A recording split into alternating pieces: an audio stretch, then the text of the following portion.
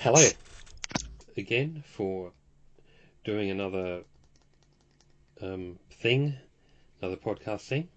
Mhm. It's been a while, hasn't it? About 3 months, I Yeah, it goes quickly, and think. yet it also goes really slow at the same time. Yeah. um, had a bit of feedback. Was looking through the questions before we started here, just sort Mm. of skimming them, and one of the recurring bits of feedback was that people would definitely like us to do this more often. That would be good if we could. I guess if there's enough demand for it and people are sending enough questions that it can be like a regular thing. Yeah, I don't think there's any reason why there couldn't be. I think that would be fine. It I still haven't put the transcription up to the previous one, so apologies to the person who went to all the effort of doing that. I haven't got around to putting it up there. 3 months later. Yeah, but I just haven't had time to edit it down, and so I might just stop doing edits and just put it up as is, because especially if we start increasing the frequency of this, it's Mm. going to just be far too time consuming, because edits it's a really time consuming thing to do, to edit. Yeah, Um, that's kind of why I so got sick of YouTube from the very brief stint that I did at it. yeah, it's just, yeah, as that's why I've never really gone into doing YouTube's properly either, because editing, to do enough edits to give it really good quality is a lot of work. Yeah, it's like I need paid labor for that. That's it. Um, Now, before we get into the questions, Hmm. um, let's talk a bit about the previous one, because there was because you weren't because I should make it clear that the image that I used for that was not your choice. Yes, And yeah, the it was something to do like Black Pink Lives Matter. Yeah, basically, Yeah. I had Blackpink up on stage holding a sign saying "We can't breathe," and that Yeah. was being shown on the YG truck Mm. outside Blackpink. Yes. Yeah, so it's like I understand how that works, like as in the logical sense of how that works as a joke, because it's like a pun, a play on word of the situation. Um, yeah, I guess I just felt that was a bit um crossing a bit of a line for what I would personally like. I wouldn't make that joke myself. Yeah, yeah. Well, that's why I eventually agreed to just put it on there, saying that that was my choice, not yours. Yeah. Um, I mean, the way I think about things like that is, and I was talking about this to on my live stream earlier today as well. That it's like, if you compare, I don't know if you've seen both or neither, or either one, but if you compare Life is Beautiful to Schindler's List, Mm. I think Life is Beautiful is a much better film, and I think it's a much more effective film in terms of what it's trying to do, because it uses humor. Mm. Um, and so my thing with trying to highlight stuff is always to try and use humor to do it, Yeah. even if it's a very serious topic. It doesn't mean that I think Black Lives Matter is funny, you Mm. know but it means that I can draw humor out of a situation like that to you know poke fun at something else. In this case, what YG's doing with Blackpink, and and I think that power of parody is really important, because if you watch Schindler's List, it's like a 3 hour film of all the horrible stuff that the Nazis did in the Holocaust, and it's a very good film, but it's not one that you'd be rushing off to watch twice because it's so grueling. Yep. Whereas Life is Beautiful tackles the same topic, and it does it in a humorous way, but also not in a way that I think um, they're not saying, oh, Nazis are fun. They're not saying Nazism is Yeah. funny, but holding it up to ridicule is a good thing, I think. Mm. So there's a line to be drawn there, but I think, and obviously it's down to each individual where they draw that line. Um, so yeah, I understand some people are more sensitive than others about things like that. Yeah. And that's fair. Like, I can understand that thought process. And it's like, I'm pretty sure there was the guy who directed Thor. I can't say his name. I know it starts with a T and then it starts with a W. He's the guy who's from New Zealand, and he directed Thor Ragnarok. And then he very recently made the film Jojo Rabbit, which I'm pretty sure he's like dressing up as Hitler. And yeah, obviously he wouldn't be condoning what Hitler does, and it's essentially the same thing that you're describing in the use of parody for social criticism.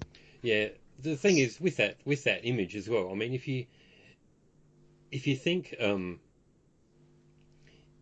if somebody doesn't actually care about Black Lives Matter, then the joke doesn't even work. You know what I mean? Yeah, you have to understand that that's a serious issue for the joke to actually fit together. So I was quite, I was like, yeah, this will fit together and that's fine. And it seemed relevant. But yeah, there we go. We'll see what I come up with this time. But I'll just make it clear to everybody that I make the decisions on my own about what images go there. And I don't specifically try and choose stuff that's going to offend people. I just pick those juxtapose those two things because that's what we were talking about. And it just seemed to make sense. And it brought up something which I thought was relevant. Now, do you have anything particular, before we get into the questions, do you have anything particular on your mind that you would like to talk about? What's been going on in your world? Nothing like super relevant, I guess. I mean, it's just Twitter is such an interesting social network in the sense that it moves and updates so quickly. So, for example, whatever we're talking about right now, by the time it gets cut, edited, and uploaded, there'll probably be another controversy that's going on. Yes. So, like, for example, today, there's already been 2. Like, the one that was this morning was Jenny talking in an interview about... They ask her the question and she answers, and it's something to do with like, what inspired you, or how do you feel about going over to the West or the American markets? And she gives the generic, we're just very happy to be making progress and we're thankful for our seniors, and then we're also hoping to inspire others to follow after us. And without even saying the group name, Armies, we know the rest already. Of course, because if you talk about anyone going to America, then you have to mention BTS because they paved the way, never mind all the other artists who went before them. But no. Whenever you talk about BTS, you're never allowed to mention any of the other artists that came before them. But whenever you talk about another artist who's come after them, then you have to give thanks to BTS. It's their wonderful logic that they use. Yeah. And I'm sure Jenny wasn't even allowed to mention BTS. I would very much agree with that in the sense of how you can see the look on her face when she's talking of like, how do I say this without saying the elephant in the room that everyone is expecting? And the other thing, it's like 4 days ago, this is the rapid time of how quickly Twitter and controversy moves. A couple of days ago, it was CLC and they had their comeback with the song Helicopter. And at their press conference, they were talking about how we hope that we can gain more international recognition. And they brought up the fact that BTS had, in fact, I don't know if it was brought up or someone might have asked them about it, but it was like the topic came up of BTS being the first act to have a #1 on Billboard. So they give the credit like Army's Demand everyone does, but then it's, they're just using BTS to try and boost their name. It's so self-centered. I can't believe that they're only talking about BTS because they're jealous and they want the same success too. It's very shallow. It's very surface. It's like, we can see what you really want. You really want more BTS. It's like, you can't fucking win with these losers. Yeah, well, they don't. They deliberately set the game up so that you fail no matter what. Precisely. That's it. With Jenny in particular, watching her be interviewed, you can really see her. You can almost see her mind ticking over, and her like sort of playing chess in there and going, "Oh fuck," Japanese music going on like do do do do do do do do. Yeah, she's... na na na na. So yes, um, Mm. that's the thing. We'll probably talk about BTS more soon. I'm sure that'll come up in some more questions. I can't wait. Yeah, yeah, we love it. Actually, I think there's a little bit less. I can't remember the questions. It's a while since I skimmed them, but there's probably a bit less than normal. Oh, first one. Um, do you think that she's blackfishing? Is this video like a modern day minstrel show? And this, I haven't even clicked on it, but I'm sure it's Ewa's Bon Voyage video. Okay, Um, I'm oh guessing no, oh it's no, going it's to not be Bon Jessie. Voyage. It's Ewa's. Um, Viewers. Ewa from Oh My Girl. Yep. Her cover of Traffic OT. Her dance cover of Traffic OT Genesis. Okay, I thought that her thing was cultural appropriation of the indigenous people. That was the issue Oh. with the comeback. Yeah. So, Oh, that's no. Sorry, I'm thinking of a different one. It's the same girl, different incident. yep. She's in trouble twice, apparently. But yeah, I'll link you the thing so you know what it is I'm talking about. Um, there you go. I mean, she's a good dancer from the previous covers that I've watched her do. Hmm. So the questioner asks if this is blackfishing, which I didn't even know that that was a word, but apparently it is. It's in Urban Dictionary, So, so it must be. okay. Yeah, I'm looking at this. This is very interesting. So, straight off the bat with like the hair, the bandana, it's the first thing that comes to mind is chola, which I'm pretty sure if I apologize if that is actually used by some people as a slur, but it's just the word that came to my mind because I'm not educated entirely on American cultural groups and what's considered the right word to say. Yeah. But I know that Lady Gaga apparently got in trouble when she used that lyric in Born This Way, was describing people who I think it's either Latino or Hispanic as chola. Oh, I But don't fucking know. it's like a subculture I think that's in Mexico Hmm. or like Mexican Americans, Yep. and it's like that style of curly hair, that style of bandana, a bit of like the style that she's dressing in. Hmm. And the thing about that though is how much that was inspired by black culture, so it's like an appropriation of an appropriation, supposedly. Hmm. It's like I can see the guys in the back and they're all in like the typical black, baggy, hip hop style clothes. I can see a Supreme hat. Hmm. But yeah, it's like I'm not entirely sure where I would. I'm not the person who's the authority on declaring whether something is or isn't cultural appropriation. Hmm. I think there's definitely elements of it, but I wouldn't necessarily say that she's portraying it in a negative way. Yeah. It's not like stereotypical or it's not making fun of it. Hmm.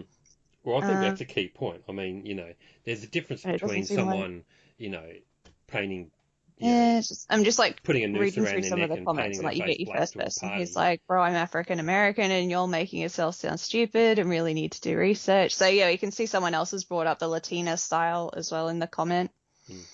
So yeah, it's I guess it's a thing of where people draw that line between what is appropriation, what is using it as an aesthetic, how much can you use as an aesthetic versus how much credit are you giving. I think they've hidden the likes and the dislikes on the video. Hmm. Like are you looking at it at the moment? No. Hang on. I just bring it up. Yeah, here we are. Yeah, they've hidden it. They've hidden the ratio. Oh, speaker's muted. I think I accidentally muted. Oh, you did? Um, yeah, hello. Can you hear me? Hi, Yeah, sorry. yeah, yeah, we're back. All good. Yeah, I'm looking at the video and yeah, they've gotten rid of the likes and dislike ratio, so you can't see it. Because people were probably hitting the dislike button a lot. Yeah. Um, but I thought it was cool. And I mean, the thing is that American culture and yes, also American rap culture and stuff like that, it's been Mm, exported all over the world, mm, and it's people around the world love that stuff. They love the fashion. It's so influential. The music's so mm-hmm. influential. It's and you got people, in almost every corner of the world, you got people doing their own versions and reimagining it and stuff like that. So, and I think all that's a huge compliment to the originators. And Mm. that happens no matter, I mean, for centuries it was white people doing that and and exporting their culture everywhere, and then it gets reflected back in all these different ways. And now it happens to be the American black culture that's sort of on top of the cultural tree in the eyes of a lot of people.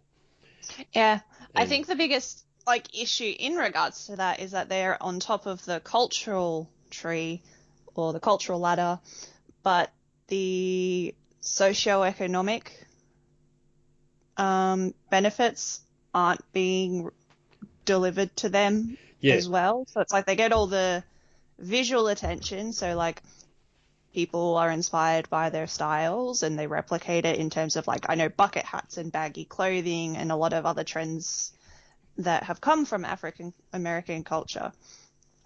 But at the same time, the obvious example is the hair. So for, if a white person gets dreadlocks, it's edgy, but if a black person gets dreadlocks, then they can struggle to find employment because there's still a lot of discrimination. So when I view things, again, not my authority to be judging on what is and isn't, but when I view things, I basically consider it are they getting away with doing something for an aesthetic that would cause a black person in real life to potentially lose their jobs or face other repercussions. So, for example, if they're doing a hip hop concept and they pull out a gun, then that's, a bit of a line crossed in my opinion, because, if a black person even has a toy gun, then even if they're a child, if the police see it, not a good thing. So that's the lens that I view things from as a white person, but it's also to do with what are the black people themselves saying, because they're the ones who actually have to live that experience of seeing themselves not given the opportunities to represent themselves, but seeing other people become popular doing the things that they're not given the opportunities to do when they're the ones who created it. Yeah, maybe. I would say that, if you look at, most of the hip hop that's being exported, but most of it is black people though. There's been a definite increase in black producers who have been brought on to write for K-pop compared to, say, 5 or 10 years ago. But then the next issue from that then comes from how much are they being compensated? Yeah, well, that's an issue for everyone. Of course, for any songwriter. Yeah, but it is true that, black people have always sort of got the short end of the stick in terms of financial compensation for a lot of their cultural things. So, but look, I look at stuff like this as it's a step in the right direction. And I mean, yeah, it's not. Does that mean that it fixes problems of inequality and stuff? Of course it doesn't. I mean, of course those things still exist, but I'd rather see people from other cultures celebrating each other than shunning it. You know what I mean? I'd rather people thinking it's a great thing and wanting to do their own versions than going, oh no, it's black Americans. Oh yuck, we don't want that. Let's just make sure we always look Korean. Yeah.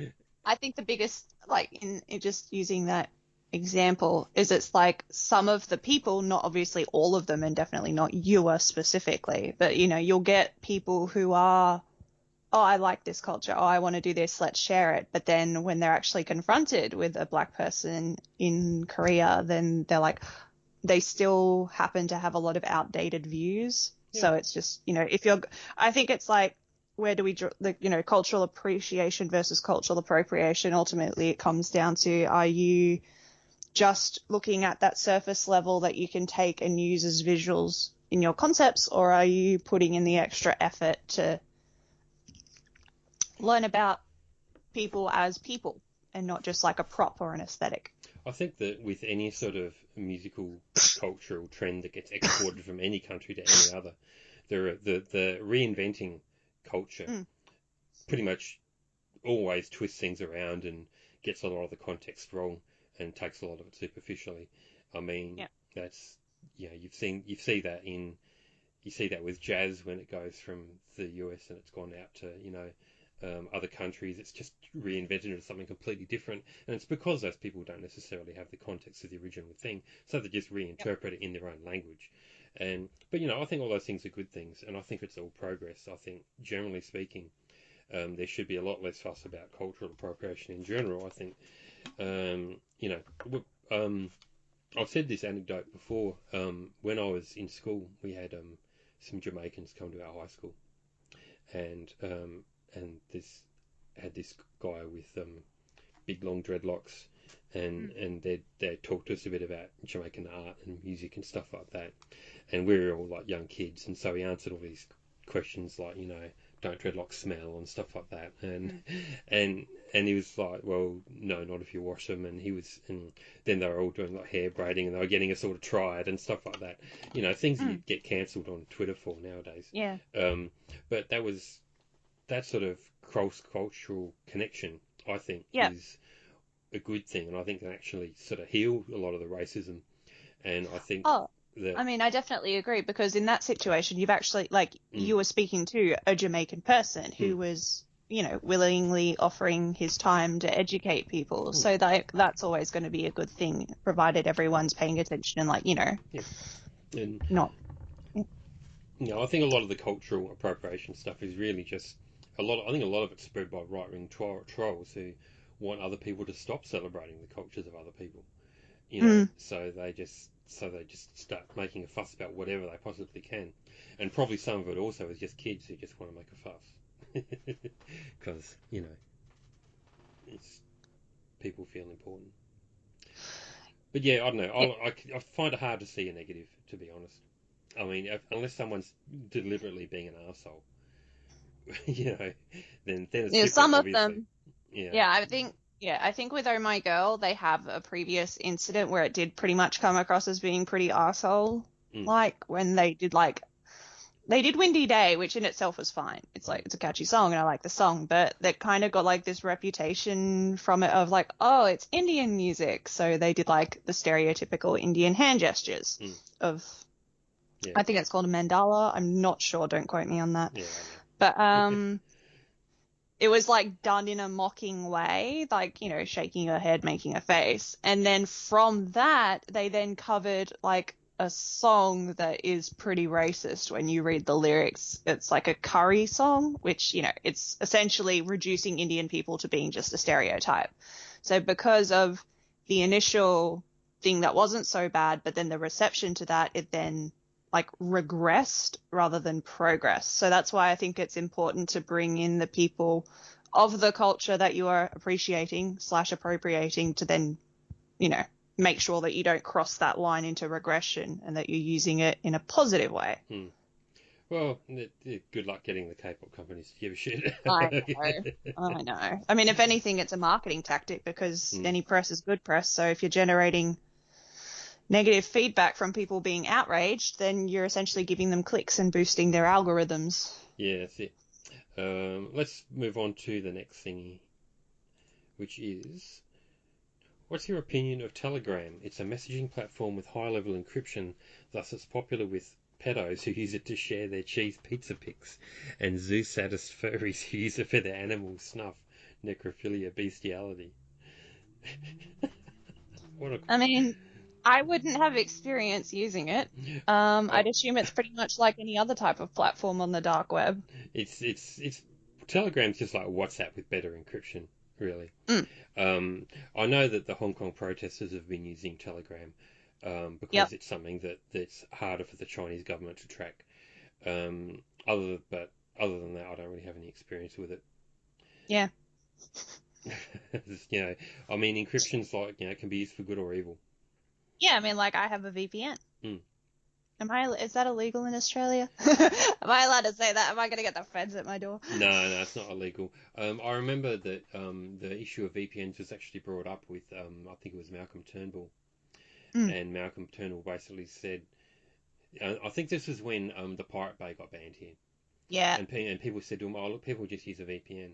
And I think his response is, well, only a minority of people would have VPNs, so we don't care.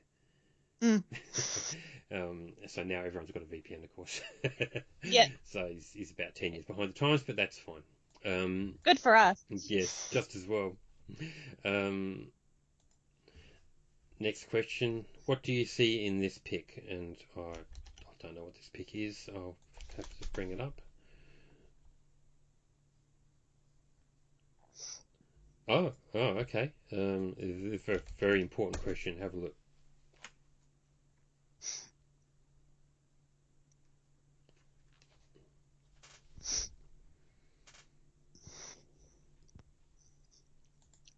I see cats. Yeah, I I saw see a cat straight away. I'm cat biased. I've got a cat right here with Yeah. me right now, so Yeah, I can see how they see dog as well, and I can see cat too. Like I can see both of them and how they would see both. hmm. Like, if you see a cat, obviously it's left ear and then right ear with the two triangles. Hmm. But if you see a dog, it's like left ear, nose pointing, and then the right ear on the side. So I see how they see both, but I see cat first. Yeah, cool. I'm just taking a photo of. I just took a photo of the screen. My cat's actually um, in front of the screen at the moment, looking at this. Well, Um, then you're definitely going to see a cat. yeah, so I'm seeing two cats. But yeah, I'm cat biased. I see a cat, and it's really fluffy cloud too, and my cat's really fluffy. So yeah, Especially if you've got like one of the white ones. mine's sort of I don't know what colour they call it, tortoiseshell. I don't know. Yeah. Or is it calico? Oh, fuck. Yeah, I get the visual idea, I think. Yeah. Anyway, uh, yeah, cat. Of course, it's a cat. All right. What would you do if someone, let's say a really butthurt fangirl or a K-pop agency, sent you a cease and desist letter due to the satirical nature of the show, I guess this podcast, and most of the blog's contents? I guess this is Well, they have. more directed at me, probably. But I'm just. yeah, go They ahead. don't really have any legal grounds. Well, yeah, that's it. Well, what are they going to do? Yeah. So, Just you try and stop me. oh, people have. Ooh, who? Oh, certain people that I'm not quite sure of their identities, who may or may not be connected to a certain entertainment agency. Laura Hay. But yeah, let's just move on quickly. Um, who would you rather have as your neighbour and why? Ned Flanders or Homer Simpson? Um, well, Flanders is pretty quiet, I reckon. Like Homer's always doing loud shit, and you hear like him strangling the kid next door and screaming. So That's true. Mind you, I don't know. I'm thinking maybe at least Homer would mind his own business, even if it was loud. Ned. well, half the time he doesn't. That's like the problem. Oh, right, okay. Yeah, I mean, I don't know. I haven't watched Simpsons in a couple of decades, so. Yeah, But it used to be good. last time I watched it, it was good, so, Yeah, it's that's been how a long while. ago it's been. Um, Stupid, sexy Flanders. yeah. Next, what's your reaction to these photos of celebrities with their bodyguards? And there's 4 different ones, so I'm just going to link you all of them. Mm-hmm.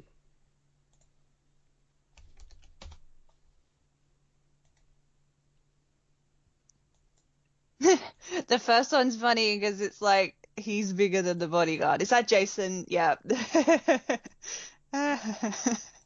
When you're fitter than your own security.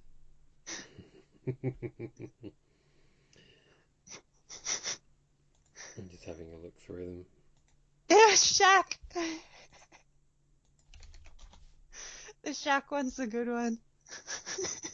What's he gonna do? It's gonna like pick him up and use him as his personal meat shield.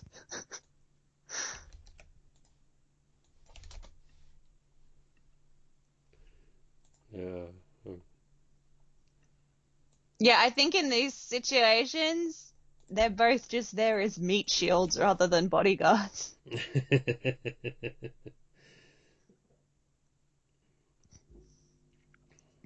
Yeah, I mean, why does Shaq need a bodyguard? I don't know, free Yeah, throw practice? yeah. I mean, he wouldn't even be able to catch a bullet. He's Sure, not you tall can if enough. Shaq like picked him up and then uses him as the shield. Yeah, there's a pretty quick reaction time for that. Next one. Do you agree with him? And another link.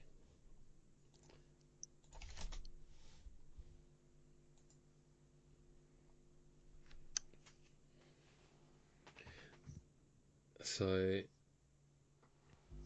it says from Twitter, Trevor Donovan says, somebody offers you 3,500 to finish everything on the tray in 90 minutes. Could you do it? Bob So the person is then saying that's a fairly small amount of McDonald's for the average person. They're saying that it's like he wouldn't want to, but he could. I'm going to zoom in on the picture. Could I do it? Oh, you got 4 drinks. I mean, I'm trying to think of like the most amount of food I've ever eaten at McDonald's at one time, and it's pretty close. Nah, maybe not that much. Yeah. I mean, that's a fucking shitload of calories, and you'd get pretty full at least about halfway through. Like, I could easily do all the chips and nuggets, but then by the time I got to the burgers, I'd be struggling. I couldn't do it. Can't eat McDonald's at all, really. But even if I was a good burger joint, I wouldn't pay it. I don't think I'd want the $3,500 that badly. You'd have to at least quadruple that amount of money for me to hoe into those, I think.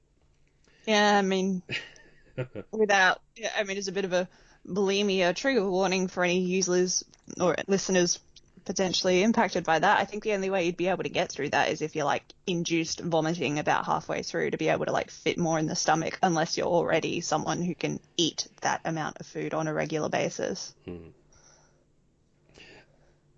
Next question. I wish you guys could comment on idols' dating lives. Apparently, why is dating only acceptable when the idol reaches his mid-30s? Yeah. Changmin from TVXQ recently announced he was dating, and now that he's getting married, everyone's praising him, but at the same time throwing shit at Chen from EXO because he had his shotgun wedding. Chen's 28 years old. I can't understand the double standards and why it's differently perceived. It's just dumb fans assuming they own artists' lives. Well, pretty much just summing up exactly the answer to that question. It's like you answered your own question there. Yeah, answered it for us, didn't they? That's good. It just people think they own idols and they're fucking stupid for it. Yeah, that's it. That's pretty much it. Let's move on. Momo's singing was quite an issue recently. Twice won some sort of prize at a random show, and the music award shows. And the encore stage was especially funny because those poor girls had to sing live. Momo looked petrified with the awful sound that came out of her mouth, as if she already expected backlash. So I wanted you guys to talk about how idol culture isn't much about the music, since these poor starving figures are much more of a product than anything else. Music just complements the package, and when will we learn that it's okay to stand pretty faces? Well, ultimately, it just depends on what kind of group you're listening to and why you're a fan. So, like, when you listen to Twice, the majority of their songs are dance pop, and it's like, I wouldn't expect Adele vocals from a group that is just meant to be singing likey, likey, likey, which, I'm not complaining about that at all. I like that song. I like their delivery of their songs. I like their performances, and they have fun, they've got fun dance routines that people can dance along with. They have pretty good music that you can sing along with as well. And it's just like there's a range of different issues that I could go into in terms of the vocals. For example, I think JYP deliberately pitches up a lot of their songs, so they're singing in a higher key to try and, make them seem youthful and bright and fun. Because a lot of K-pop and J-pop, especially for the girl groups, do tend to have a lot higher vocals than I'd say compared to a lot of Western artists. As a general statement. So, like that automatically puts a strain on their voices, especially if you're then having to do that all the time, 7 days a week, when you're tired, when you got a shitload of promotions that are going on in your schedule. So it's like, not every time that you step in front of a microphone is your voice going to be sounding crash hot. And it's like, people know who a vocalist in a group is. And in Momo's case, she's never been the strongest singer. Yeah, and it's like I don't dislike her for that, and it doesn't affect my opinion of her negatively because I know that the members who can sing in Twice are good at singing. I think Nayeon's a good singer, and I think Jihyo especially is a good singer, and Jonghyun is as well, and Minho. So there's a few vocalists in the group, but I highly doubt that from Twice's fan base once that a majority of onces got into Twice specifically because they think they're the best vocalists in K-pop. Yeah. Maybe there are some in there. I don't know. I like Jihyo's voice. There very much could be, specifically vocal stands like Jihyo fans could very much have that thought process. And that's their opinion. And then ultimately that's also what it comes down to. Personal opinion and personal taste. Like, who's my favorite? Like, my favorite vocalist would be Taehyung from BTS, but he gets really shit line distributions because he's a baritone in a group that is the male version, not a soprano, but the male version of a soprano. I forget the technical terms, but he's a baritone in a group that's been has songs written for them in the range that is much, much higher than his natural tone, and he still does his lines pretty good.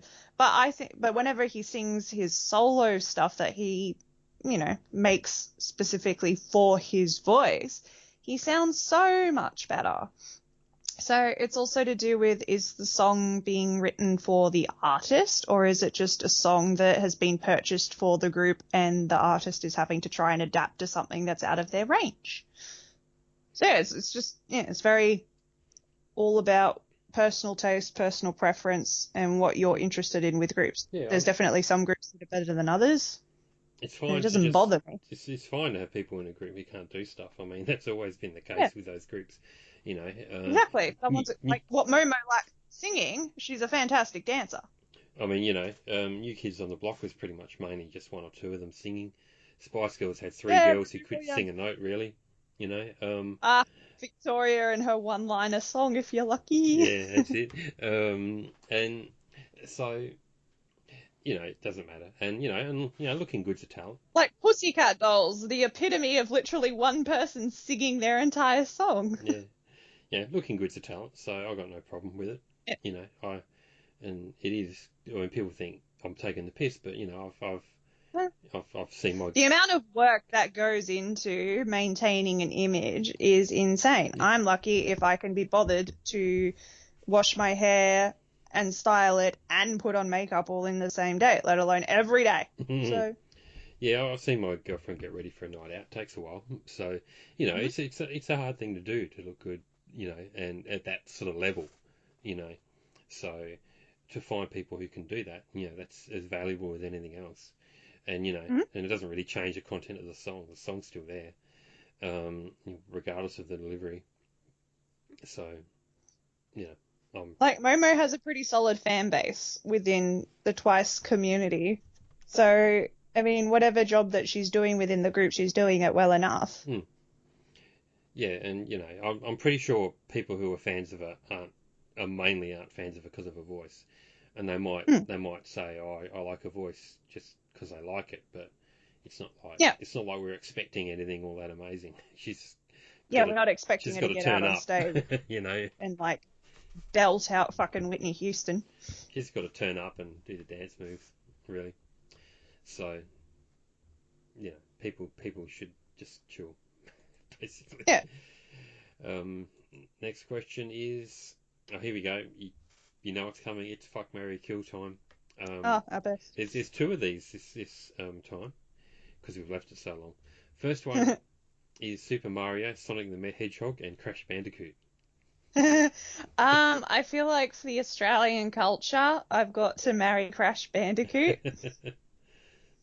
And seeing I'm already turning into a furry with that marriage, I will fuck Sonic and therefore kill Mario.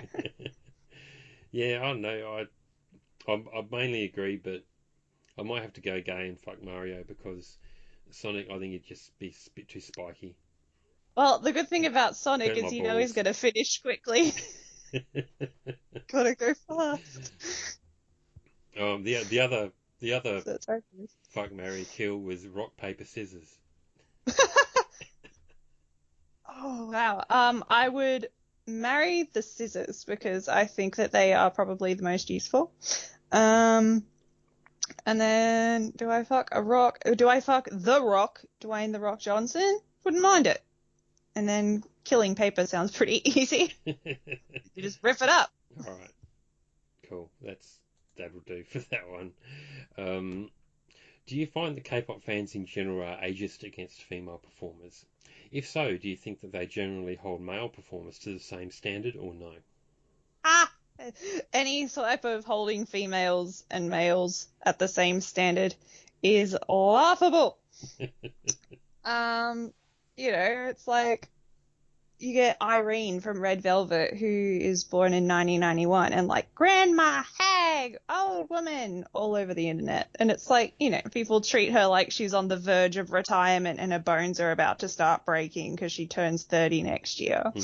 And then meanwhile, when it comes to BTS and Seokjin, who's aged like 1 year younger than she is, like I think they've got less than a. He probably still gets called baby. Oh, absolutely. He's my absolutely boy, baby. my little boy. Yeah. We've got a trigger warning on enlistment because we're not allowed to talk about that because Really? it's a very sensitive topic. Yep. Army Twitter, if you look up like enlistment, like they censor the word enlistment. Really? Because it's so sensitive to them. Oh, for the poor dears. The poor darlings. Although in their case, like they're flat out in denial. They don't think they'll have to serve ever. Like they think that because, and at this point, it's like the way that the media keeps dragging it out, it almost is potential that they could delay it indefinitely. But, if the topic of enlistment is like a censored topic on Army Twitter. They should have got it out of the way when they were noogies. Yeah. Always, I guess, difficult for like, you need to gather your fan base when you're a newbie. Yeah, that's it.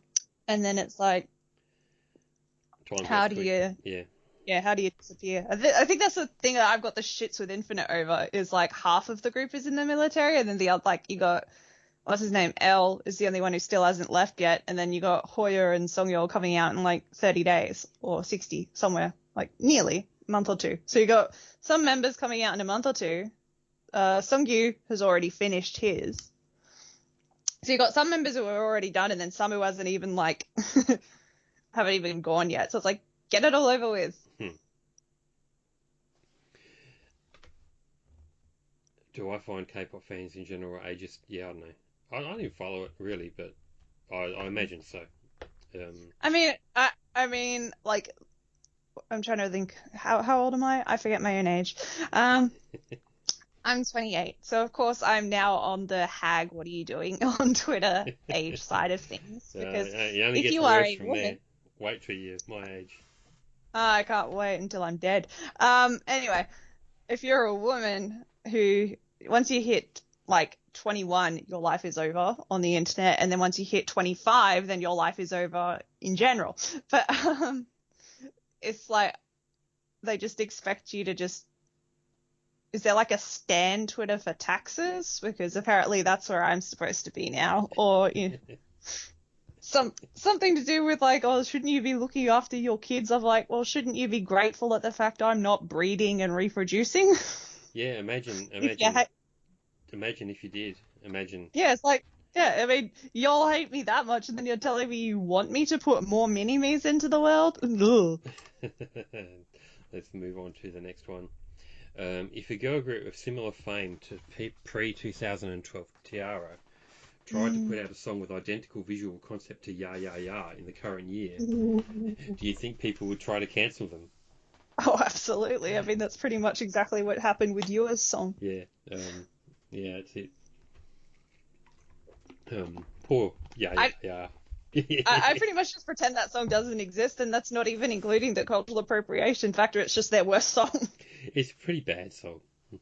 Shooby doopy, yeah. What? Super duper. And then you listen to the lyrics, and like the lyrics mean fucking nothing. Even the Korean lyrics, they're like round and round, up and down, something, something, yeah, yeah, yeah. It's just like, what is this? Next question. And this, there's a few questions where they've specifically asked me to also answer because sometimes I skip out on the questions. Good point. But look, half the reason why I don't answer is often because if you've already said pretty much what I was thinking, I'm just like, well, I don't really have anything to add. But anyway, with this one, what are 5 K-pop songs that you would recommend to furries? Like a cat from AOA. There was that one by who was it? I mean, Tiara, Bo Peep, that's the obvious. Yeah. With the... I think DGNT or whatever they're called. That one on Open World. They had a furry song. I can't remember. 5. Can't remember the name of it. It's in one of my worst lists. I'll find it. I'll find it. Cat and Dog by TXT. It's like, I'll be your cat, I'll be your dog, or something like that. Like, that's definitely got to be on that list. That's like a furry anthem. You got Cat and Dog, Like a Cat by AOA, Bo Peep. There's a few in there. What about Tiger Inside from Super M? Wolf by EXO. Yeah, that's definitely one. Definitely Wolf. There's a few furry anthems lurking about. Yeah, I'm just looking for the... Yeah, DGNA have a song called...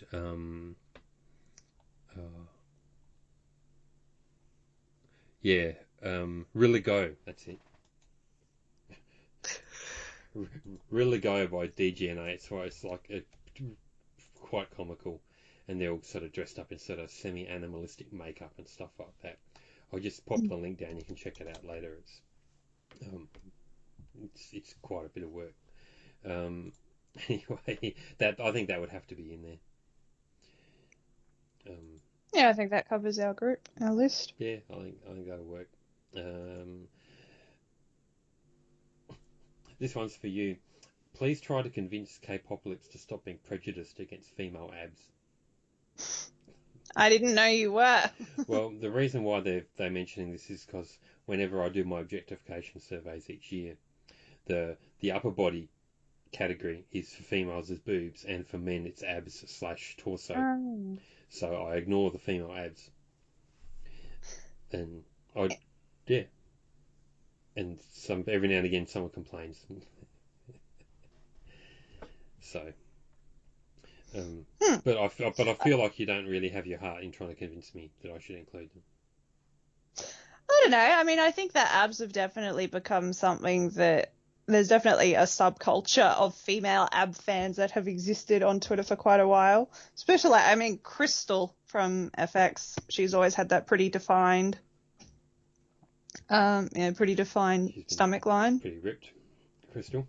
Yeah, she's not ripped with a massive six pack, but it's like that really nice going, like they call it the 11 line, but it's not like, she's always been quite thin, but she was very, like, it was toned rather than just like you could actually see some definition rather than it just being flat. Yep.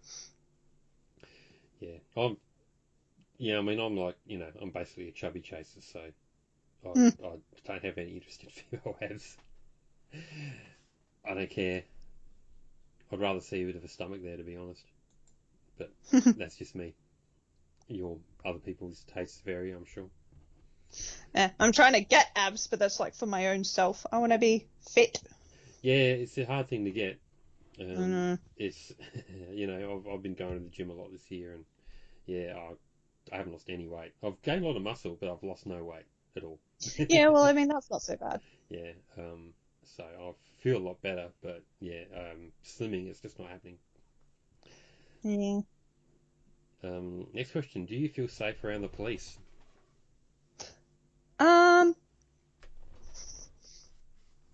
Well, it's like I definitely don't feel the kind of endangerment that a black person would, because, like, I've never had to have that conversation with my parents of when, if you're out on the street, you might just get pulled over based on the color of your skin. And like, I've never had to worry about that side of things. But there's also a sense of, like, I think anybody has a sense of nerves. Like, you know, if you've got a cop on the road around you, then you think, oh shit, am I speeding? Even though you know you're doing the speed limit. Yeah. And then unfortunately there are horror stories that exist of corrupt cops who take advantage of women by themselves. So there's definitely that side of thing that I'm apprehensive about. So I don't necessarily feel safe, but I also don't feel like a target either. Yeah. I think, if nothing else, I think nobody likes it when they see a cop coming. But, No. yeah, I mean, it's funny because for me it sort of varies depending on what I'm, the context. Like, generally speaking, if I'm just doing my thing and I see a cop, it's just like, yeah, whatever, you know, they're doing their thing, I'm doing mine. But when I've been like on tour with punk bands and stuff like that, and then when we see a cop, it's a bit different because then we know that, you know, we're sort of counterculture, so they, you know, they can sometimes be a bit more proactive. Most of my dealings with cops have been dealing with noise complaints. Yeah. And from bands and stuff and things like that. And you know, but I find that, you know, if I'm polite, they're cool. You know, because, you know, cops, you know, deal with like the most problematic people in society all the time. If you're a police officer, you tend to be confronted with by the same people over and over again, and the same situations. And so if a cop approaches you and you're just sort of polite and reasonable, and they're reasonable, then the interaction just sort of proceeds in a fairly reasonable way generally. I mean, I keep in mind also for context that we're both Australian, and Yes. Australian police, you know, I mean, if you get pulled over in Australia for speeding, or, you know, or unregistered vehicle or whatever, you know, it's not like in America where you see them, they just draw the gun straight away and stuff like that. You know, it's all very chill. And yeah, I don't really have big issues with police. They're just doing their thing. Well, And I mean, it's like, how do I say I've broken the law without getting myself arrested? I have done a speed. I've done a speed. But this is like, it was my own fault. So basically this is like a few years ago, and I'm a much better driver now. And I will also preface by saying I definitely do not condone doing this ever. And thankfully I learned my lesson by getting a massive fucking fine rather than actually getting into an accident, which could have potentially cost someone else their life. So it wasn't, yeah, it was like I was going 130 on the freeway. AustralianSana problematic. Cancel. Yeah, oh no, I was going 120. I was going 120 because it was 30 kilometers over the limit, and it was a 90 zone, like it was around a bend. Right. So I was going 120 in a 90 zone, and I got done because, yeah, that's a huge fucking fine right there. Yeah, it is. Very bad. I've never had speeding fine.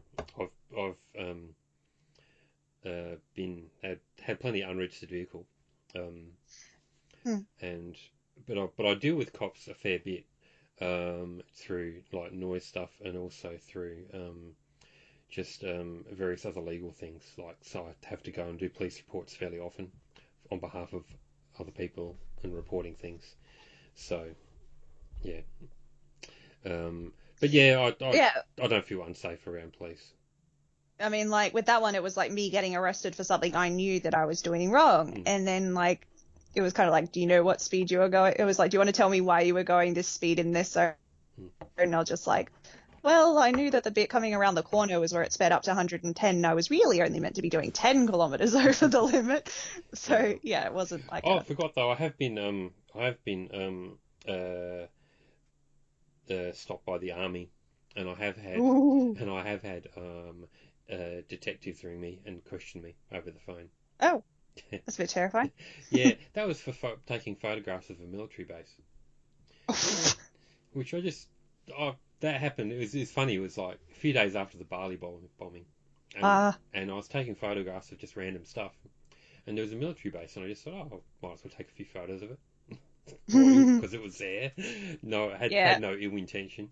And then, you know, and then walking back to my car, and some army dude comes running up and says, "Wait, saying, hey, were you taking photos of my the base? And I was like, yes. And I told them exactly what I was doing and why I was doing it. Yeah. And they I hand over my film to them and stuff like that. And then a little while later, I had a police detective, ring me. And the detective was really, like, they'd done a really good job on me too. They knew all about all this writing I'd done and stuff like that. This is before I'd done this blog. This is like going back away. So there was no Kpopalypse back then. But they knew I'd been to music at university and stuff like that, and that I had qualifications, and they actually engaged me in quite a long conversation about music. But at the end of it, lulling you into a false sense of security so they can get you to spill your secrets. Yeah, probably. But whatever. But I was, I had nothing to hide, so I just had a chat to them, and then afterwards they said, look, we've got no reason to believe that you're an issue, but we'll keep your name on file. And I said, all right, no worries, have a good day. So, and that concerned my mother a bit when that happened. She's like, on the army watch list. She's like, what? Yeah. One of the things that was a bit, I was driving home the other day, and this is like, I guess, the closest that I've had to a cop scaring me. I wasn't really scared. It was just unsettled. It was like the road from where I live is pretty much like a straight road from the small town that I live versus the closest city that's nearby. It's basically like a direct straight line without any traffic lights or anything like that. It's like once you get out of the main city area, straight line. So on the straight line, there was a cop car that was ahead of me basically as soon as I turned out of the city. So I just chilled behind them, and I have cruise control on my car. So I just set the cruise control to the speed limit, which was 100. So I'm driving along, and for about 20 minutes, nothing happens, maybe even half an hour. For the majority of the trip, I'm just behind the car, but I'm not tailgating the cop. I'm not going over the speed limit, and I don't have my high beams on. So there's like no reason for them to, arrest me or anything like that. But then like suddenly they put their lights on, and like the sign like, and then they indicate that they're turning off to the side. So I'm like, oh, okay. And then they turn off to the side and like slow down, and then I drive past, and then they come back onto the road again behind me, and I'm like, did I do something wrong? Am I meant to have pulled over with them when they indicated and turned off with their sirens on? What was I doing? Why would they want me to turn off with them? Are they still following me now? Am I going over the speed limit now because I slowed down before, but then I sped up to overtake them? Was this a setup? And, all of those thoughts that start running through your head. And basically they just, I wouldn't say tailgated me, but stayed behind me for the rest of the trip. And I was just like, what was the point of that? I don't like cops. Maybe they were armies. Next question isn't really a question. Prediction of future K-pop trends. Well, basically, it's whatever America is doing, and 3 years after that. So, what was America doing 3 years ago? Yeah, pretty much that. And the reason why that happens is because it takes so long for the K-pop process to occur. Like if you're an American songwriter and you want to write for K-pop, it's probably 3 years between when you write the song and when they actually release it. That's why so much shit sounds like America 3 years ago. Yeah, which is a shame because I really liked 2012 K-pop. That's when I got really into it because it reminded me of the shit that I was listening to in high school on Billboard that I really, really enjoyed. So that's why I think the second generation of K-pop music was pretty much the best that was coming out because it was very similar in style to that golden era of pop music that was like very early 2010, very late 2000s. So yeah. Best era's been and gone, but I still stick around in case someone puts out something good.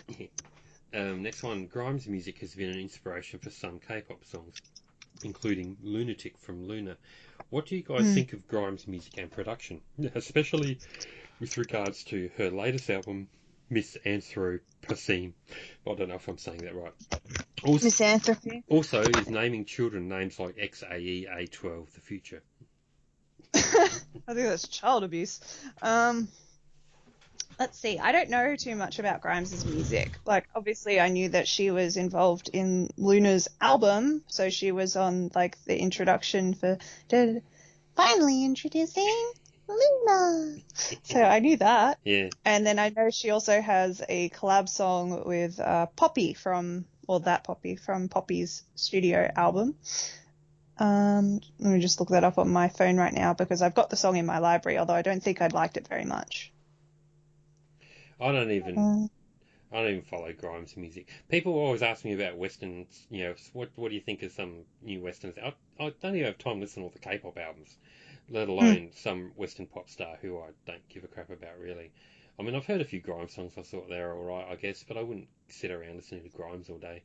Got other shit yeah, to do. she's more alternative rather than straight up pop. So Mm. like the song that she featured on Poppy's album is called Play Destroy. And it's like, give me bloody something, give me bloody. And it's like a mix between like metal and pop, which pretty much was like a teaser for Poppy's next album where she then went full metal. Mm. I should recommend that to you. Do you listen to much of that Poppy or Poppy? I'm mainly just familiar with the viral videos. Oh, I would recommend her music because I know that you said you liked metal at one stage. Some of So, it, yeah. and I know, yeah, you compared Kara's Wanna to metal at one point. I think I remember that a long time ago. Yep. That was an interesting thing. Then I was like, oh, it actually makes sense. But yeah, Poppy has gone in a direction where she went from like bubblegum pop music, which I loved, and has now gone into a very metal direction, which I am not so keen on, but artistic expression. And if I don't like it, then I can just leave it. And that's pretty much where I'm at now with her career. And I'll go back to it again if she goes back to making good pop music because her debut EP, it was under UMG Records, and it was very good pop music, but it got like no promotion. It should have like the song Money that she released is like pop perfection. Mwah, chef kiss. Should have been #1 on Billboard. I don't think it even charted. So disappointing. But her album, like her mini album or EP, Bubble Bath, fantastic. Her debut album, which came after she left UMG because of the shit promotion, can't blame her. It's just called Poppy Computer. A few good songs in there, and her album after that, Am I a Girl? Quite a few really good songs in that. So she's had like 3 solid releases. So even if she stays on her metal business and never releases a good song again, at least she gave me 3 releases that I still am listening to this day. Cool. Next question. You're a veteran K-pop of a decade. Nearly You're successful to the point where you run your own entertainment company dedicated to your activities. Free Taehyung. You had one breakout monster hit earlier in your career. It was Song of the Year, and the everyday person couldn't go anywhere without hearing it in public. Everybody expects you to play this song every time that you perform. This song was your equivalent to G, etc. You're entirely sick of these songs. I was about to say G. Recently, an ultra-nationalist right-wing political party with an anti-immigration platform has adopted your song as their unofficial anthem. What actions would you take, and what sort of statements will you post on social media? Cease and desist.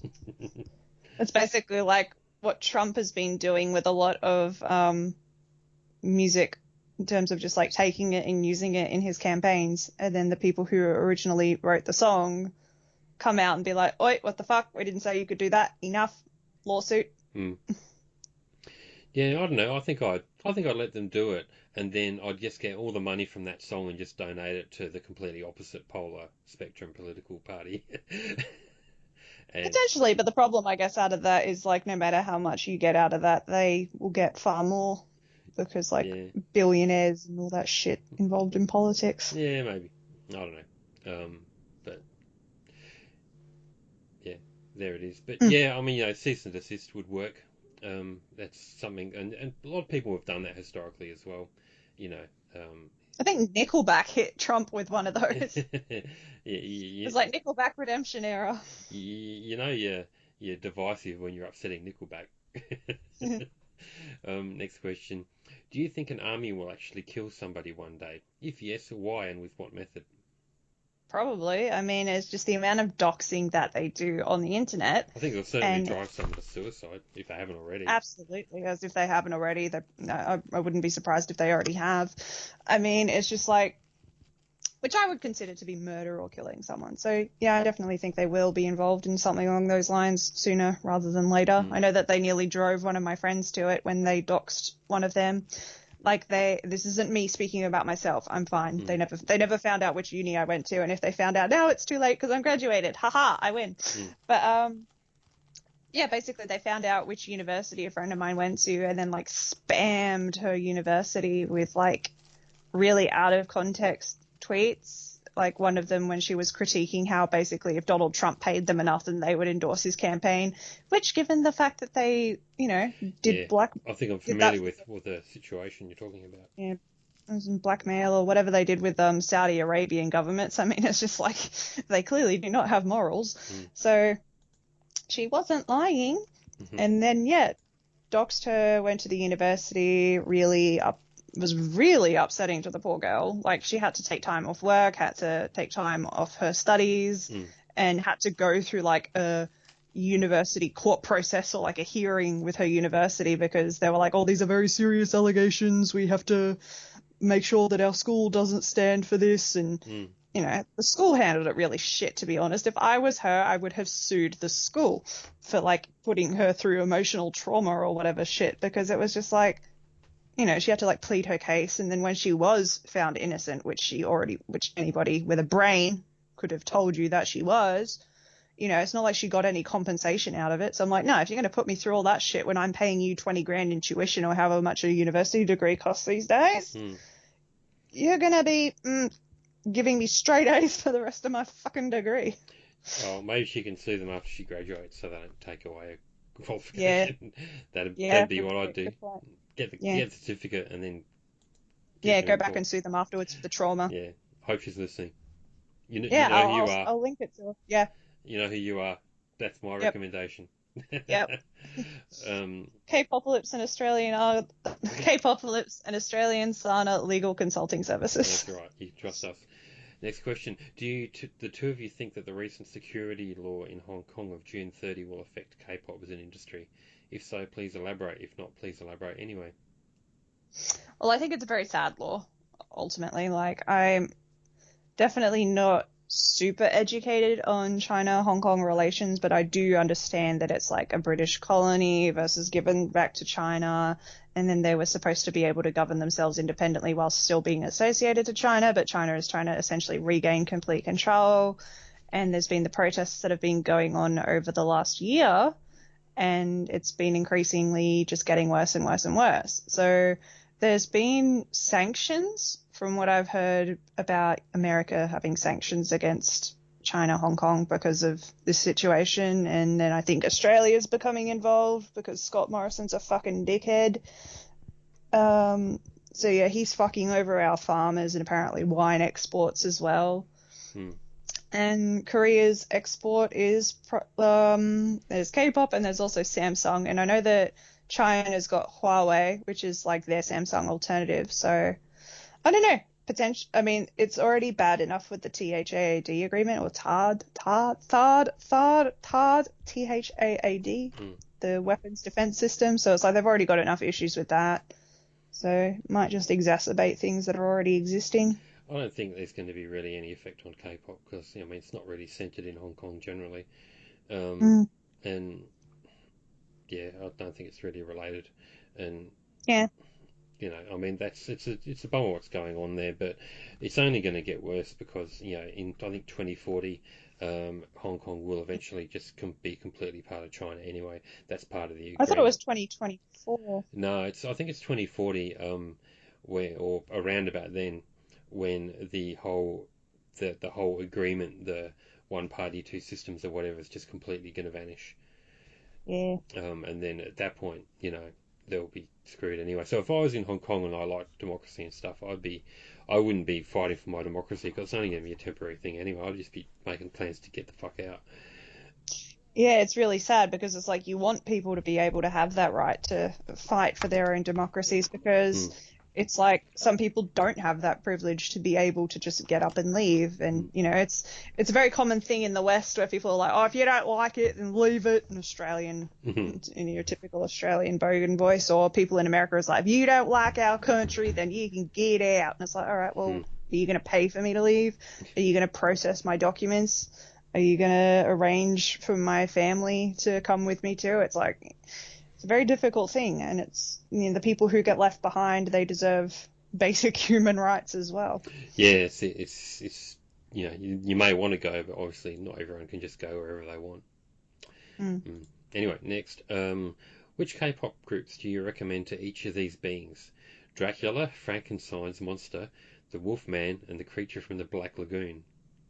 All right, well, straight up for Dracula, I'm recommending FX because of their song Dracula, That's true. an absolute banger. So that's like one of the best B-sides of all time. Should have definitely been a follow-up title track to not Four Walls. It was the one before that, Red Light. I think Dracula is better than Red Light, but that's a debate for another day. So yes, straight up, Dracula gets FX. And then who else did we have? We had the Wolfman. We had Frankenstein's monster. I really like the attention to detail, saying it's Frankenstein's monster and not Frankenstein. Yes, that is correct. Very good. This is obviously a horror aficionado here. Yes, someone who knows their shit. Frankenstein, I love you, baby, I'm not a monster. So I'll give them Big Bang. Yeah. And then we had Wolf is gonna get EXO. Yeah, obviously. And who else? Is there anyone else left? Creature from the Black Lagoon is the other one. Is there a song called Swamp? Trying to think of. A creature from the Black Lagoon, eh? Maybe give them Blackpink. Black Lagoon in your area.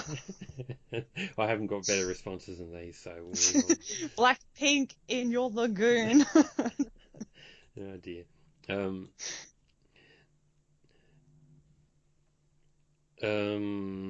Doesn't Kpopalypse blame Jimin for what she did at all, or just not entirely? Okay, so this is about Jimin AOA. Jimin AOA and the whole bullying of Minna, apparently. I never said that I wouldn't blame her necessarily, but I mean, I wrote a little bit about the whole situation in various places, and my point with it was, sure, we can look at Jimin bullying Minna and say, well, that's a horrible thing, and it is. Which we easily can. Anyone can say that. But that doesn't really fix anything or solve anything necessarily, because that sort of situation that's happening in that group would be happening in the vast majority of the groups in existence, in my opinion. Yes. And the reason why it happens that way is not because these people are just innately arseholes, but because the system is set up to pit these people against each other. Yep. And so in that sort of situation, bullying becomes, just part of rational self-interest to progress your career because if someone else doesn't progress, then, that's one less competition you have to worry about. So if someone's struggling with mental health issues, well, then you can get a leg up. So, and that's obviously not, a good thing that people should be doing. It doesn't exonerate them, but it's certainly, I think the system as it stands encourages that, and or at the very least sets up an environment where there's not enough disincentive. And I think that, and so that's why I haven't really focused on, Jimin's the bully, what a bitch, blah, blah, blah. I'm more interested in bringing light to the larger issue of how the system works, because if people don't look at that, then there's always going to be another Jimin, It's going to keep happening again and again. And it's happened like 2 more times since that revelation came out, where a couple of groups have been busted for similar stuff. So, I think there's another girl actually called Minna as well, where it happened. Yeah, so, that's how common it is. Yeah, so there's plenty of Minnas being bullied out there. So they need a Minna support group for all the Minnas who are being bullied in K-pop groups. There's probably a few that we don't know about yet. It's basically, you just summed up exactly my thoughts on the same thing as well. Like, I had similar thoughts on the Taeyeon versus Jessica scenario with SM and SNSD and Jessica leaving the group versus being bullied out of the group, kicked out of the group. And then Taeyeon is supposedly the orchestrator. And so maybe she is. And I can totally understand why Jessica's fans would not like Taeyeon after she essentially bullied the girl out of the group, much like how a lot of AOA fans would not like Jimin anymore. But it also, as you were just saying, wouldn't tackle the root cause of the problem, which is why she would have been. Yes, and no one really wants So to it's have like that conversation, SM, you know. yeah. I mean, SM is really just the epitome of a label that would create that competition between each other and the other artists. Like, there was discussion on the parents being involved in SNSD contract re-signing, which had happened maybe a year or two. I think it was just like less than a year ago that they'd re-signed their contract. So that's where Jessica being kicked out really became the forefront, because it's like, you know, if she really wanted to leave the group, why didn't she just leave when the contracts were up? Why did she sign up again? So, you know, outside factors. But it's like the Jessica was interested in doing other things outside of the group, such as like Blanc and Eclair, and then the parents of some of the other members were pissed off because she was getting like all of the sales from it, but they weren't getting a cut because, you know, it's not SNSD Blanc and Eclair, it's Jessica Jung Blanc and Eclair, which you'd think would be what you'd expect because she's the one doing all the work and designing it. But in the time that she's taking to design, that's less time that she's spending being dedicated to the group. So it's like all of that stuff. And yeah, it's like in, let's say, Jimin and Minna's case. Well, for them, it's all about if Minna is depressed and she's bullied and she's sad, then that's less competition Jimin has for screen time in a variety show, because that's how you make your money, is you get your brand endorsements that way. So less competition for screen time, less competition. If she's got no confidence, then she's not going to be wanting to sign up for, you know, those other special reality shows that they always, you know, variety shows or whatever it is they put idols on. So yeah, it's very dog eat dog mentality in a group that is consistently being marketed as family. And then this is where I guess I would say it's interesting where Big Hit comes into this, because they've kind of taken a very staunch no solo projects to try and, I would say, counteract this, to try and lessen the risk of this supposedly happening in BTS, where some members are having schedules, but instead of fighting over who's going to get the schedule, nobody gets anything. So now, you know, it's just like they try to frame it in a way that Didn't Sugar August or whatever it's called have a solo song though? Oh, but they're mixtapes. They're not official schedules. And this is whatever. yeah. This is like, it's very, you know, they're framing it, but there's a very clear bias in Big Hit on who is allowed to do what. So for them, it's like, oh, it's OT7 or nothing. But the reality is, it's like, okay, well, who has had mixtapes so far? The mixtapes have all just been the rap line or the older members. And then it's also like Tae managed to get his job with Hwarang years ago, back in 2016, but he hasn't had anything since. Seokjin was literally recruited to the group to be an actor. He was duped into signing his contract thinking that he would get to act. And he has had literally zero acting experience since signing that contract. I reckon that he should be able to sue for like false pretenses or something along those lines, because he's been screwed over by Big Hit really badly. And then there's a lot of words to say I agree. Yeah. Yeah, getting sidetracked, I guess. I can go off on a whole side rant on all the ways that Big Hit are horrible. Yeah, I know. By trying to frame themselves as being better than all those other toxic K-pop companies when they're just being toxic in a completely different way. They all suck. Exactly. Do you think that you could hit the high note in I Use Good Girl? This person means good day, obviously. Good day. I know from personal experience, no. Let's. Yeah. Yeah. I think I'd have even less chance. I have quite a deep voice, so. Yeah, I would be in female vocal terms an alto, so no way in No, hell. not going to happen. Next question. Would you have the determination to last a whole day doing a tramping trip in stiletto heels? And how long do you think Kpopalypse would last doing the same challenge? What's a tramping What's a trip? tramping trip? We don't How know. What the fuck is that? I just gotta look. I'm just gonna look that up. Tramping trip. What the fuck's is tramp? this a non-Australian thing? You got to explain things to the poor Australians. Essential tips and items for. I'm just looking at a link. Tips and items for a tramping trip in New Zealand. If you're thinking about going on a tramping trip, what the fuck is a tramping trip? Yeah, apparently it's in heels. It's a, fuck this question. Is this like a dick appointment or something like that? I don't know. Let's just move on.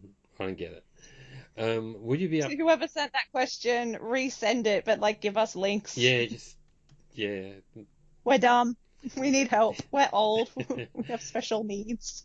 Next question. Would you be upset if Mamamoo did a Gollywog concept? Holy shit. That is a question. Haven't they already done one or something? I mean, I don't know if they've done blackface, so that would be just Haven't like they? embrace. I think they should just go for it. I think they should do it. Why not? It's got nothing to lose at Just this point. embrace the fact that they're racist. Well, there's. I think anyone who was upset by the racism has probably already stopped following the group. So they've probably only got the Stormfront members left. So they might as well Just go for broke. yeah, just do it. You know, why not? Um, next, don't let Oh My Girl steal your shine. Come back with something strong. Get back.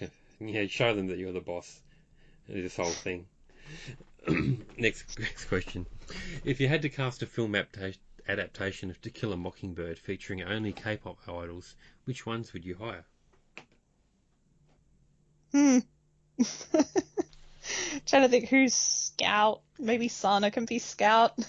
It's been too long since I read that book or watched that film to even know who's who. I don't even remember anyone in it. I mean, it's a bit weird to say like I'd cast this person to be the racist. I'd cast this person to be the black person on trial for rape who did not actually rape the poor girl, or not the poor girl, poor black guy. It's just like yeah, that's interesting question. Oh, we've It's like got all the Mamamoo and Oh My Girl to choose from. yeah, but this is about someone who's innocent. Yeah, let's not go Oh, there. no, Let's not. nobody's innocent. The next question. Who do you think has the better songs, Chungha or Boa? Ooh, that's tough because I'm not really into either of their music. Okay, I'll say Boa. Well, I'd say um, I think Chungha finally did a song that I considered semi-acceptable very recently, but Mm. up until then she's been just poo, and like just every single song's been horrible, and That's pretty. Boa is Hurricane. yeah. In us. I find it mostly boring, but she does have a few odd good tracks. So I'd say on average, Boa's looking Yeah, better, but it's hard to compare because Boa's had a lot more time to build up a catalogue, so it's not really fair. yeah. You know, I mean, if for the amount of time that Shangha's been around, Boa probably only had one good song as well, so Mm. maybe it's about even. Anyway, I'll move to the next one. Do you think that you could do the full tiara lovey-dovey dance routine in heels? And do you think what's this? What's this question about high heels? I don't get it. And do you think that K-popers I'm a could? sassy girl.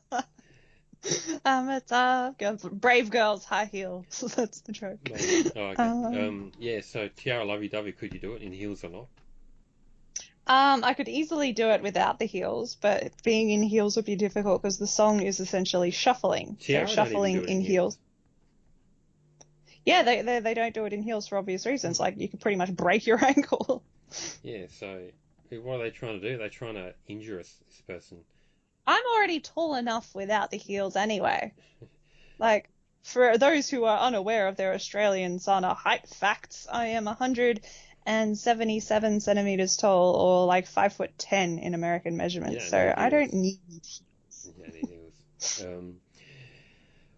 Why do you think that Korean TV broadcasters are offended by women's belly buttons?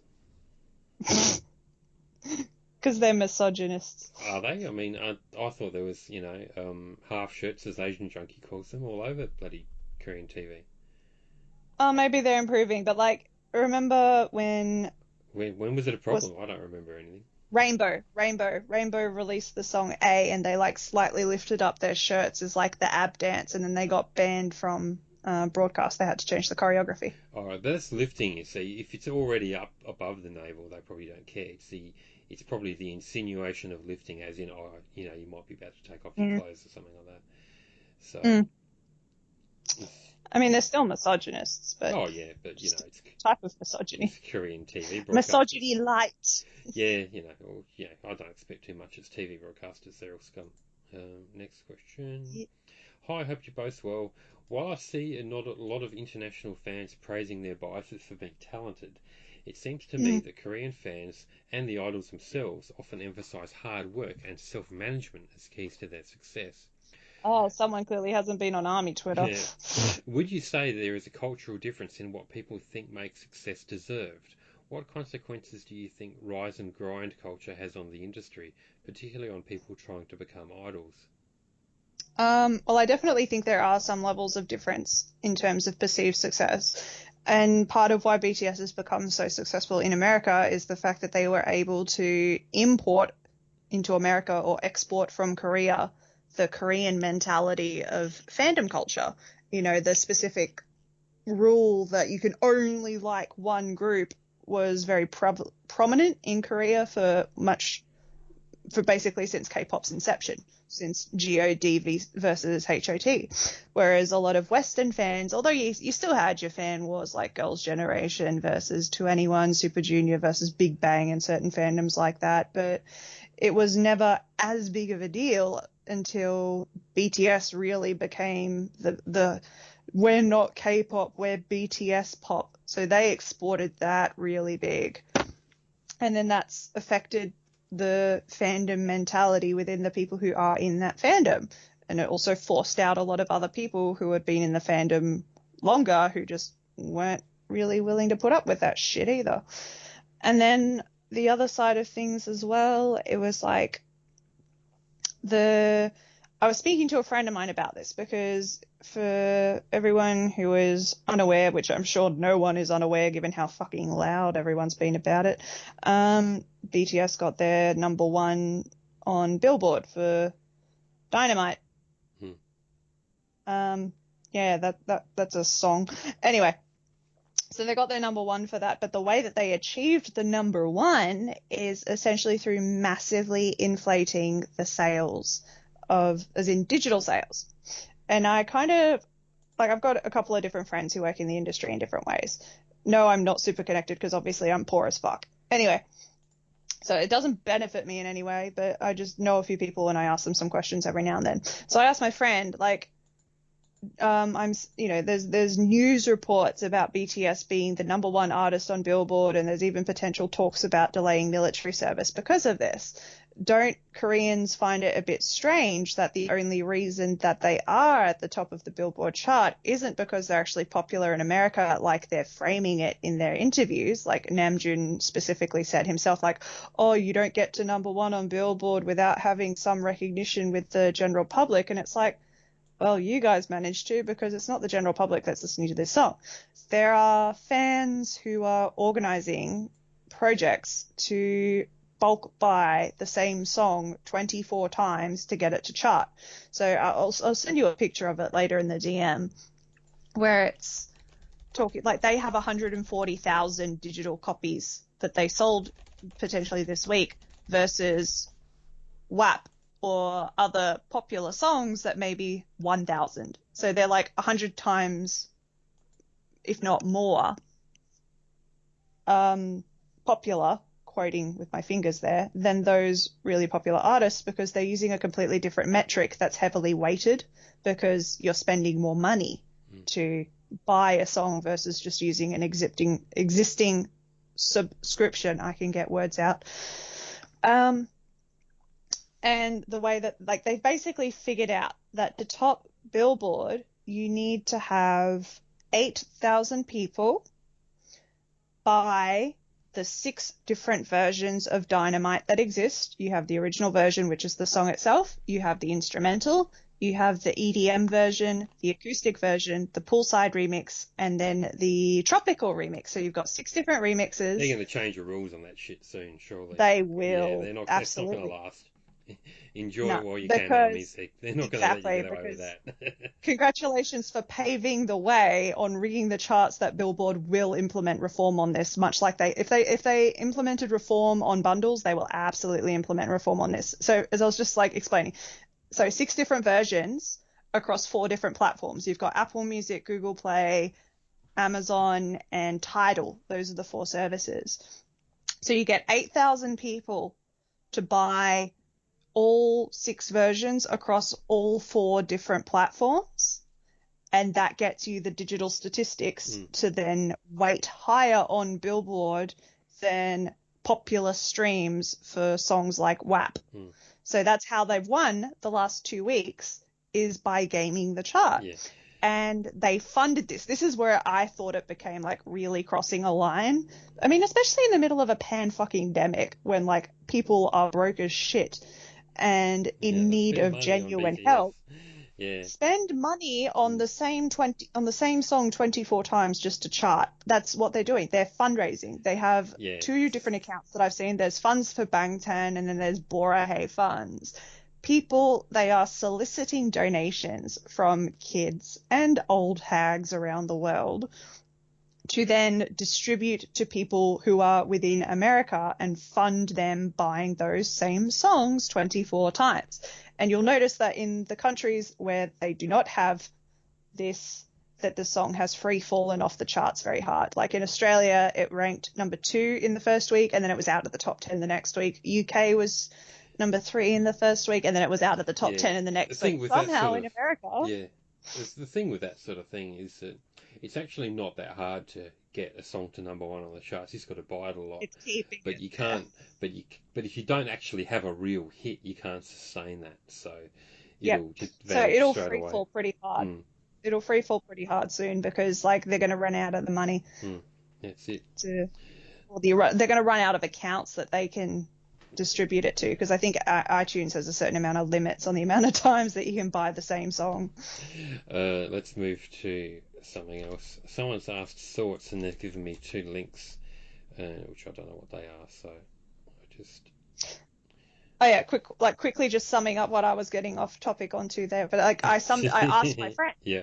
That was the whole point of it. I asked my friend who like works in Korea and is in the music industry, and I was just like, aren't Koreans going to find this strange? And then she was just like, well, no, because that's what we do all the time here. Like, you know, if you have a fan sign, people will bulk buy 100 copies of the same album, which therefore increases the physical sales because they might have a chance of getting to do a high touch with an idol or something like that. So inflation methods used all the time in Korea. There's streaming projects that are done to game melon. So fandom's gaming charts has always existed. It's just never existed in this way in the Western market. But it's very common in Korea. So that is, I guess, that difference, which was the original question. Yeah. Okay. Now, I've sent 2 links. They seem to be about the same thing. One's just a link to the other one. Okay. Ooh. Lady Antebellum. Yeah, I remember that. I don't even know about this. I mean, I read about it vaguely in my timeline. It was basically like they previously had the name Lady Antebellum, but then they changed their name to Lady A, and then like they got sued because the name that they changed to was already taken by a black woman. Oops. Yeah, it was like the name Lady Antebellum. Apparently, that has some racist undertones in history. I would know. I don't know about it either. But so they changed it to avoid that racist history, but then the name they changed it to was therefore already taken by someone who was black. You can't win. Well, apparently, they then sued her because she wouldn't give them the name. So it's like, hey, look at us. We're not racist. We're changing our name. Hey, black lady, why didn't you give us your name? We're going to sue you. It's like, very performative activism. Yeah. I think that's the word I'm going for. Very performative. Yeah. Oh, there you go. I learned something new. That's interesting. Move on. Would you prefer being able to see ghosts but not hear them, or prefer being able to hear ghosts everywhere but not see them? See ghosts but not hear. Like, I've already got enough voices in my head to begin with. Yeah, I think it would be better to see them as well, because you can always not look. You just shut your eyes. But it's harder like, to not hear something you don't want to hear. Yeah, like if you got a ghost fucking screaming in your ear, you can't just make it shut up. Next question. Is this an improvement on the original or no? And I'll send you the link. Wow, we really did build up quite a lot of questions since the last time we did this. We did, indeed. We definitely want to do this more often. People actually want my opinions. It's a Twilight book. It's like the chicken fingers, but apparently it's a raptor. Oh, these pictures are great. It's an improvement. Yeah, we're fans. This is good. We are fans. Yeah. Oh, that's good. That's good. I'm gonna share that on my Twitter. Awesome. Next one. Scenario: you have the power to bring people back to life with no consequences. Do you think that you should still be tried for murder if you kill people? Well, yeah. Because just because you can bring them back doesn't mean you will. Yeah, that's it. I mean, I might just want them to stay dead, depending on who they are. Yeah, plus you still have to like the actual act of killing someone would still exist even if you're bringing them back. So if anything, that might even be even more traumatic for the person who's the victim, because it's like, if you're dead, then there's relief in that. It's like, fuck yeah, sweet embrace of death. But then if someone's bringing you back after they kill you, that's worse. Next question. Someone it relies on a banned site, visiting a banned site to be able to answer the question, so I'm going to skip it. But whoever sent that, this is just for you. Please observe the Kpopalypse boycotts. And if you can find the same information somewhere else, we will tackle your question. We'll move on. A question for AustralianSana. Since you like figure skating, have you watched the Korean show Kim Yuna's Kiss and Cry from 2011, where they partnered up celebrities like IU and Crystal as professionals for ice dancing competitions? And what do you think of celebrities joining these kind of shows? I love them. I think they're fun because it's like, I love figure skating, but I'm shit at it. So I love watching other people who are shit at figure skating become good, because then I'm like, maybe if I could afford this level of coaching and constant time on the ice, then I too could actually skate nicely. Nick. So yeah, I highly enjoy them. Cool. And I think IU is a terrible skater. Good for her. She's got to be bad at something. And yeah, I know. And I am like huge fan of Kim Yana Kim. Huge fan. Like, I studied abroad in South Korea in 2016, and it wasn't intentional, but the school or the university that I studied at was Korea University, and that was Yana Kim's alma mater. So that was the school that she went to, uni that she went to, and they had a ice rink on their campus, and I went figure skating on the same ice that Yana Kim skated on. So did you try that is a very... Did you get a chisel and try and chip off a bit? Take it home. Yeah, take it back home to Australia in my pocket. I'm sure that'll work. Next question. There's a link involved. I've sent it to you. And the question is, why do you think people are always creating these non-traverses? Same question again that we pretty much answered before in terms of cultural appropriation. Yeah, I guess it is, isn't it? This is, I think, what's this one? This is the one about the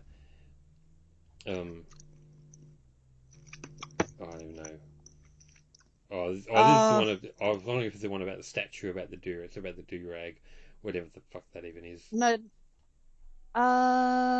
Yeah, this one's like the do. So like a do-rag that she's wearing. Lisa's always is wearing like hip-hoppy sort of stuff, like anyway. I think the problem with this one is that a do-rag is specifically like meant for African American hair, so it's like that's where the appropriation factor, I guess, comes in. What if you just have thick hair? Because it's the kind of it's because like she clearly does not have 4C hair, and like the do-rag, I'm not an expert on do-rags, but I know that it's to do with being able to like hold down hair, keep it in a certain style. And there was an incident on an episode of Survivor during, not last season, the Winners at War season 40, but it was the season before Island of the Idols. And all the contestants on Survivor have buffs, which are not quite a do-rag, but like some people wear them on their head, some people wear them as a headband. Some people, like the skinnier girls, can wear them as like a tube top. And there was an incident where like there's a white guy and a black guy at the camp, and then the black guy is like trying to pick up the pot from the fire when they're cooking rice, and the white guy says, "Oh, why don't you just use the do-rag?" And the do-rag is like, he's jokingly referring to his buff, but the black guy was quite, understandably, he didn't appreciate that.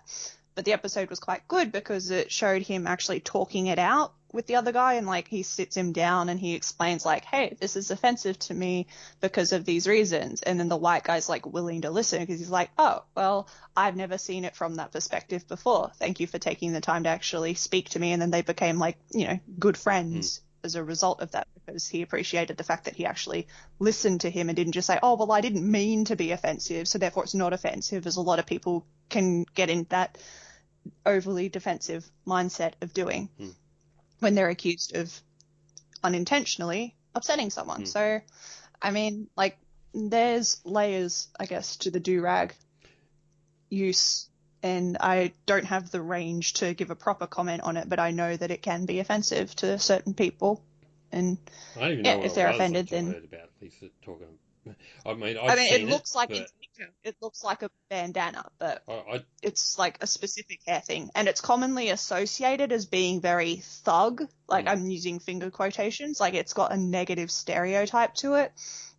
But again, she's taking something that is perceived as being negative when it's on an African American person, and then she's wearing it as a visual element, and it's cool. So it's cool when she does it, but when black people wear it, they're thugs, kind of thing. Well, hopefully people see that, and then next time they see a black person wearing it, they think positive because they associate it with Lisa.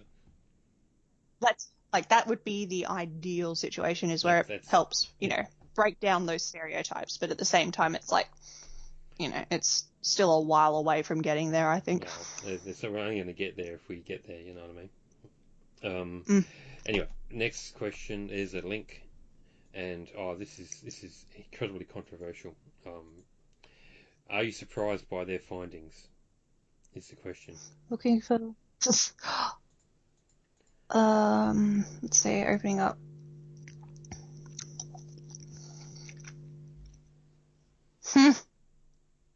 Apparently women are less likely to swipe right on men with cats. Well, that's a lie. Well, I think that's just weeding out the bitches, if you ask me. I think it's also the same way in reverse as well. It's like, I'm far more inclined to, I guess, like someone if they have a cat, because I want a cat. So if you have a cat, I will want to spend time with you to get to your cat. Now the real reason for you doing these podcasts has surfaced. My dark secret is exposed.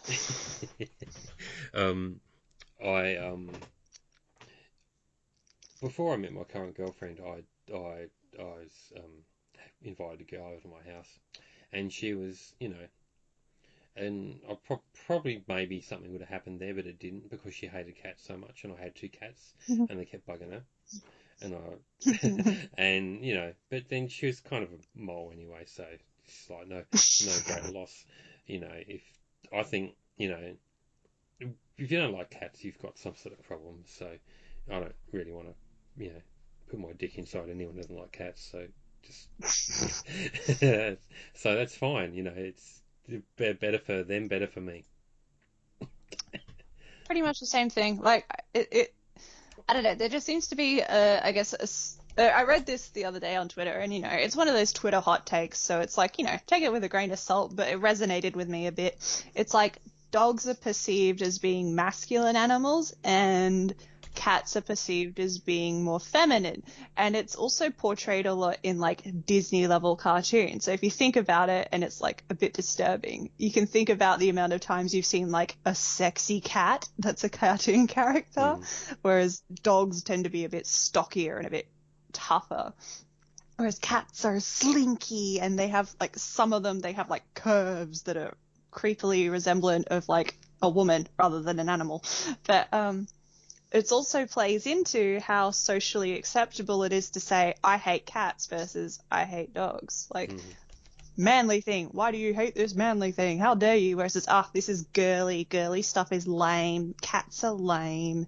Dogs are cool. Whereas I've got 2 dogs. I love my dogs pretty much more than anything in this world. So like, would die for my dogs. I love them so much. I'm not slandering dogs at all. I'm just saying, keep that attitude about cats, because cats are also very great. But I think a reason that so many people don't like cats is because cats require consent. So people who don't understand consent, men, they struggle with the cat because they don't understand the concept of no. Raw generalizations from AustralianSana Hates Men. I think there's another man-hating question later, so I'll leave that for now. Or people pick it up a bit later. Next question. I'll send you another link. Do you think she made the right decision or no? Is the question. Okay. Let's see. This one took a while for me to come up, but this is Australia's first female supercars driver, 25, quits racing to become a porn star. Now she's earning 25 grand a week. Why can't she do both? Well... she wasn't making money from racing. Yeah, I guess... I mean... Yeah, cool. Whatever. That's what she wants to do. Great. Yeah, I mean, she says she lost her passion for it, and from the looks of the article, she says her family supports it, and she's proud of the financial position she's in. She's making 25 grand a week, so yeah. I'd suck it. I'd suck some dicks for 25 grand a week. Fuck. Why not? Pretty good money if you can get it. Good on her. Yeah. We are a sex worker positive review blog. I've paid money for worse things, put it that way. Next question. Do you believe in the Illuminati, and do you think that they run the music industry? I've already answered this question in a post of mine, so I'll leave this one to you. Oh, have you? I don't know. I mean, I think there's corruption on every level, just whether you want to call it an Illuminati or something else. Cool. Next one is Somi too white to be a K-pop. Do you think she was cut from Twice because she was too white? I mean, the fact that she debuted means that it clearly wasn't too much of a barrier. And then you've also got, Vernon from 17, or Hansol is his Korean name. He's half white, half Korean as well. And then the other one is Kai Huning. I don't know how to pronounce his name. It's like Huning Kai from TXT. He's half white, half Korean as well. Shannon Williams. So, Shannon Williams, yeah, she's really good. Good voice. Whatever. Yeah, so you've got 4 different white mixed with Korean artists that have debuted. So I wouldn't necessarily say that it's something that's restricted her. And if we're going to go into potentially controversial territory, I'd almost say that it can be used as like, it's very fetishizing, like Koreans, not all Koreans, but as like a visual thing, they like European style facial features, like the nose bridge and the wider eyes. Certain facial structures are the kind of things that they can emulate through plastic surgery for other people, because it's like a very Eurocentric beauty standard that has been imported from the West into Asian countries through colonization throughout the world and Western beauty standards.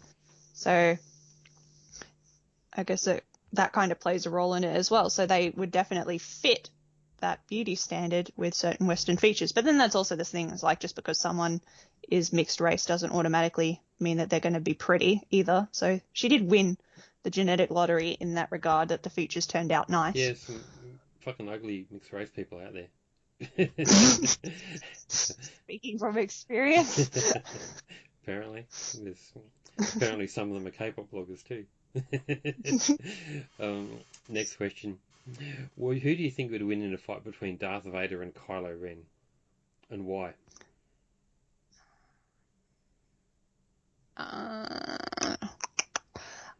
They want me to answer, but I've got no fucking idea. Kylo Ren's like the villain, spoiler alert, turns into a kind of redemption arc, good guy-ish. Okay. Okay. Oh, fuck. He's like Anakin. Oh, is that the dweeby new Vader in the more recent one? Yeah. The one who looks Adam like Marilyn Driver. Manson. Yeah. Like a real weedy version. I mean, Marilyn Manson looks weedy anyway, but... Yeah, he's Vader's grandson because Leia's his daughter and then he's Leia's son. He's Leia and Han's son. And straight off the bat, I'm just going to say I was pissed off with the casting because I'm a shallow bitch. And Leia and Han are both hot. And I do not think that they would have had an ugly kid. But that is what he is. And I'm like, this is a lie. I know, I thought it was a bit of genius making the new Vader like a emo kid. Sort of ugly. Oh, I thought it was very funny because it was very emo goth. Incel.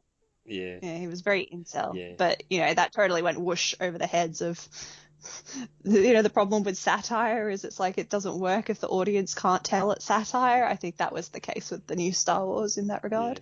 Yeah. But yeah, I don't know. I don't give a fuck. They wanted me to answer this one too. My care factor. I just say Vader. I'll just say Vader because I think the original trilogy is superior. Yeah, whatever. I'll go your way. Who do you believe, Amber Heard or Johnny Depp? I have no idea what this is referencing. Oh, this is very bad. It's to do with, there was the domestic abuse case that came from their relationship when Amber Heard accused Johnny Depp of, physically assaulting her. And then it's come out a bit more recently that she was the one abusing him. And I'd have to get everything up in front of me to go through the details of the case, but I'm pretty much But you hate the men, vast so majority. you're going to side with her anyway. You would think, but if there's anything I hate more than men, it is women or men who make false accusations, which therefore makes it harder for real victims to come forward and be taken seriously in the future. Every woman and from the looks of it, everything that Amber Heard was accusing has been disproven. So I'm pretty sure I'm on Johnny Depp's side in this case. Yeah. Cool.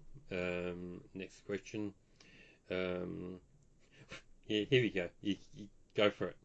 Why do you think K-pop fans hate white people? Well, if you look at armies and how many white people... Yeah, let's go. Let's fucking tear into them. Well, first of all, I hate myself, so it's very easy for me to rip into this.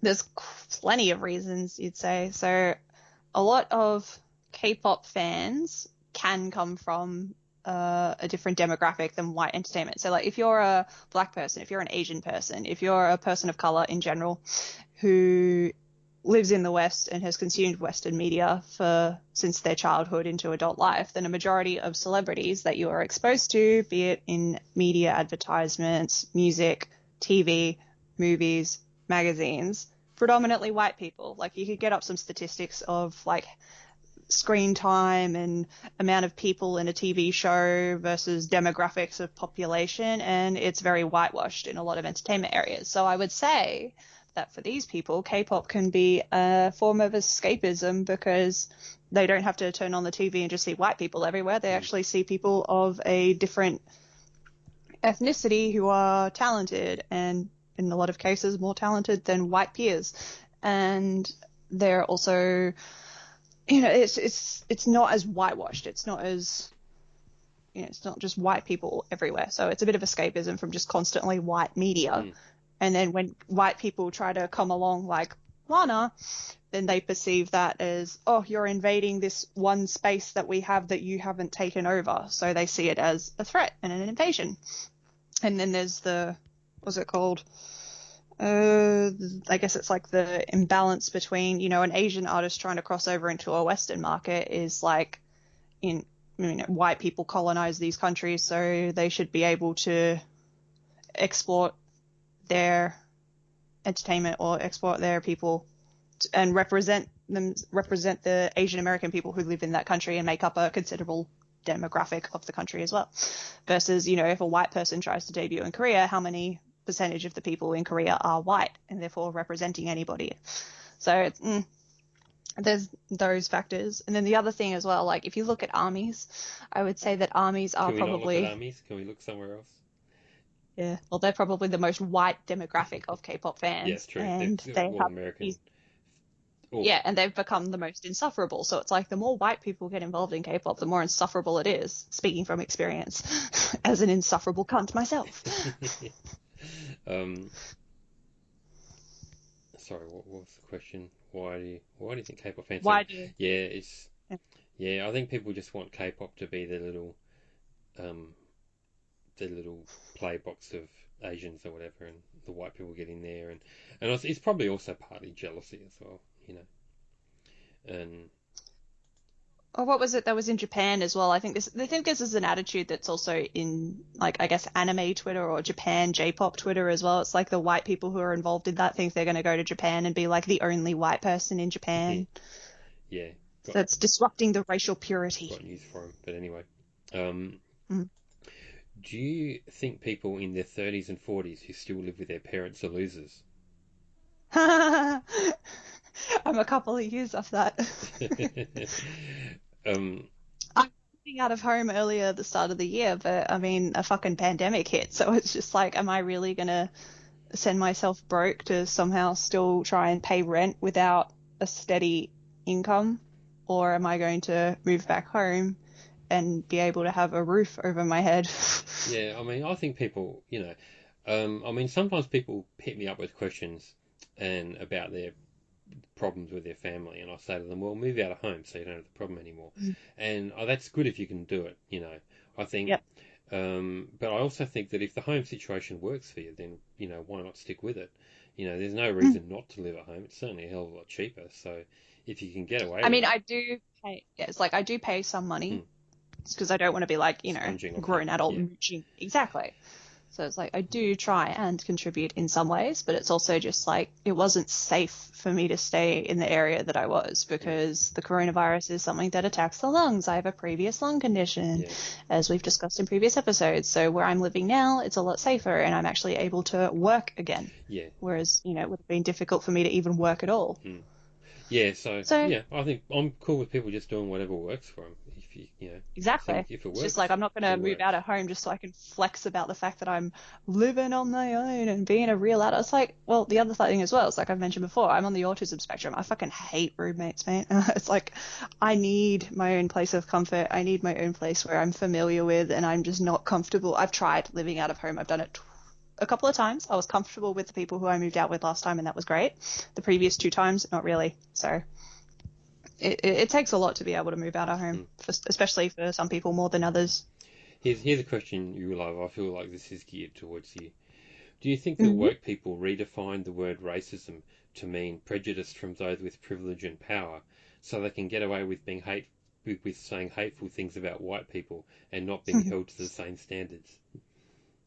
I mean, that's pretty interesting because, obviously I'm white and during my time on Twitter, I was definitely subject to the odd cracker comment in my mentions. But I mean, I also spent a lot of time trying to listen to other people who, weren't aggressive towards me about their experiences of racism and why the other definition that you're quoting, which is basically like the sociological definition, exists and it has merit. The way that I view it is there's micro and macro level, and like racism to me is almost like an umbrella where technically, I mean, finger quotation marks, technically you can be racist to white people, but it's like the same way that stealing candy from a baby is a crime. It's like, it's not nice, it's not bad. I mean, it's not nice, it's bad, it's not a good thing to do, but it's not going to have severe consequences. Whereas if a white person is being racist to black people, there's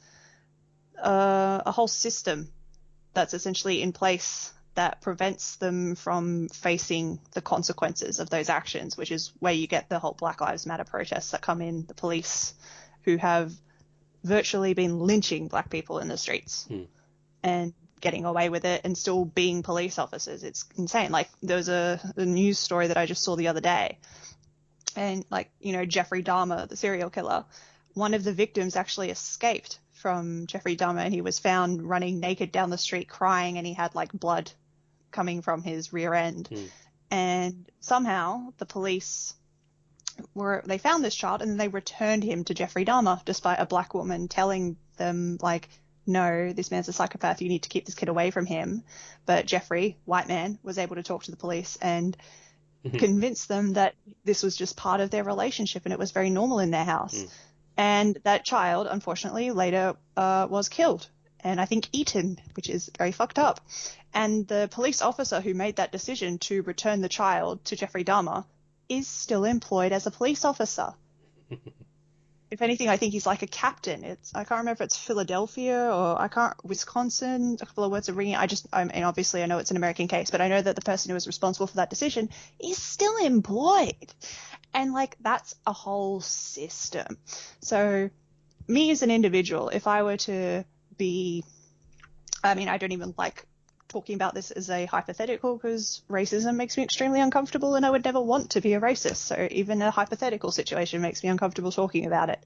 But if I were to hypothetically be racist to a black person and say something mean or say the N-word to them in a derogatory manner, it might not have the same impact as literally shooting them or murdering someone, but it carries the same kind of confidence and the same kind of self-belief that I can say that to them and I won't face any consequence because I know that the system is geared in my favor. Whereas if a stranger on the internet calls me a cracker, water off a duck's back, I can block that person, I can ignore that person. And then, yes, I understand the concept of dogpiling, and there's been a whole lot of shit that I've experienced on Twitter. So I'm not trying to downplay online bullying, but what I will definitely say is that online bullying is severe, but it's definitely not as severe as systemic oppression that goes back to the age of slavery that has never properly been reformed. So that's where I go on micro level, macro level. On a micro level, technically, you can be racist to white people, but it's so petty in comparison to the overall macro, large-scale systems that are in place that for me, it's easy for me to understand why people would have that kind of backlash against a white person that they don't like. Yeah, I mean... And I don't take it personally because it's like, I know that I'm not upholding this system. I'm doing the small things that I can as an individual to try and bring about change. But it's like, some people in their lives have been so fucked over by white people that they're never going to like any white people in their life. And I'm just going to, you know what? That's their business. I would say that's their right. Go start shooting people for it. Then... Yeah, don't.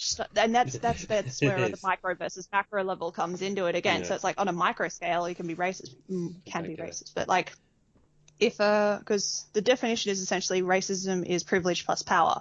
So as a white person, I've got white privilege, and then the power would be to use my words. So if a black person were to hypothetically come at me with a gun and then shoot me because they don't like white people, then they would have the power in that situation because they would essentially have a weapon. So I believe that racism exists in terms of like being a punishable crime against white people if you go to that extreme. And I think that 99% of activists for social change would not condone black people just shooting white people and calling that even.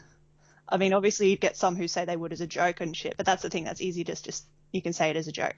But on a reality level, I don't think that's what a lot of people want. Yeah. I mean, I basically agree. But, I mean, yeah, racism against white people, obviously it is racism. Racism just being discrimination in general because of race. And I think that's kind of lame and stupid, and I'll call it out. But it's not like if someone calls me crack or whatever, which like happens like once a day, you know, it's like, yeah, whatever. It's very easy for us to laugh it off, but if you call a black person the N-word, that has a lot more weight to it. Mm. And it's not so easy to just laugh off. It's not the kind of thing to, not the kind of thing to laugh off, because people have lost their lives over being called that word. Yeah, Whereas no one, it's a bit different very few if white there's a people have, if there is a power behind it, but then that doesn't yeah. necessarily mean there's always a power behind it in any way. I mean, whichever direction it goes in. I mean, sometimes it is just people being dickheads, and you can just laugh it off. But I get the power dynamic. Yeah. That's understandable. That's what I get for studying sociology at university. Yeah, yeah. Although you shouldn't have to study sociology at university to have a basic understanding of that either. Yeah, I mean, I never studied sociology. I don't know fucking jack shit about that stuff really, but it just seems common sense that if Yeah. black people have had it harder in a lot of cases. Not all cases, but certainly more often than not.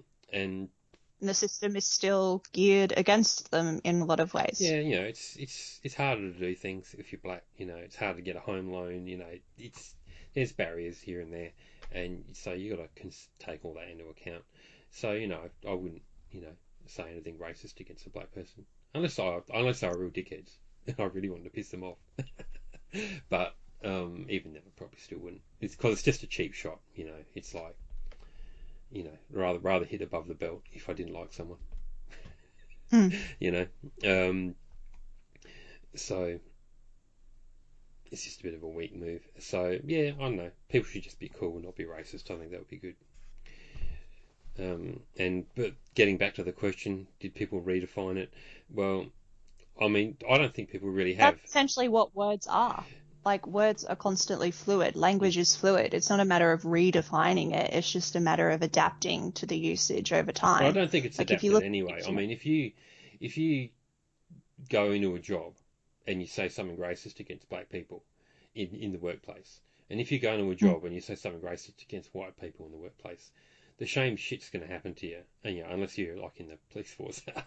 But but generally speaking, like in my office or in the office of anybody I know, if I started saying racist stuff, it wouldn't matter which group I was being racist towards. I'd still get my ass sacked, or at the very least get a very strong chat. So in real terms, racism's still racism. And that sociological definition does exist, and I think that is helpful for people to understand the context of why these things can hurt people. But I think that at the end of the day, most people just see it very simply, and I think there's nothing wrong with that. As I'm fine with anti-racism being enforced across the board because that's what it should be. But I don't know. Yeah, I don't think that bullying a white person at work, provided that they're not being a racist themselves, is going to bring about any realistic change. So that reason exists for a reason. Anyway, we'll move to the next one. Which is the best Disney princess cosplay here? And this is a YouTube video. Let's just move on. I can't just send it. We don't have the time. We can't watch YouTube. Don't have the time. Jesus. How long have we been doing this for? 2.5 hours? Fuck me. Got to go to bed soon. Please Google Florida man and your birthday and month and tell us what news headlines show up. Yes. Oh, this is a way to try and dox us and get our birthdays. Oh, okay. Fuck that. Let's move on.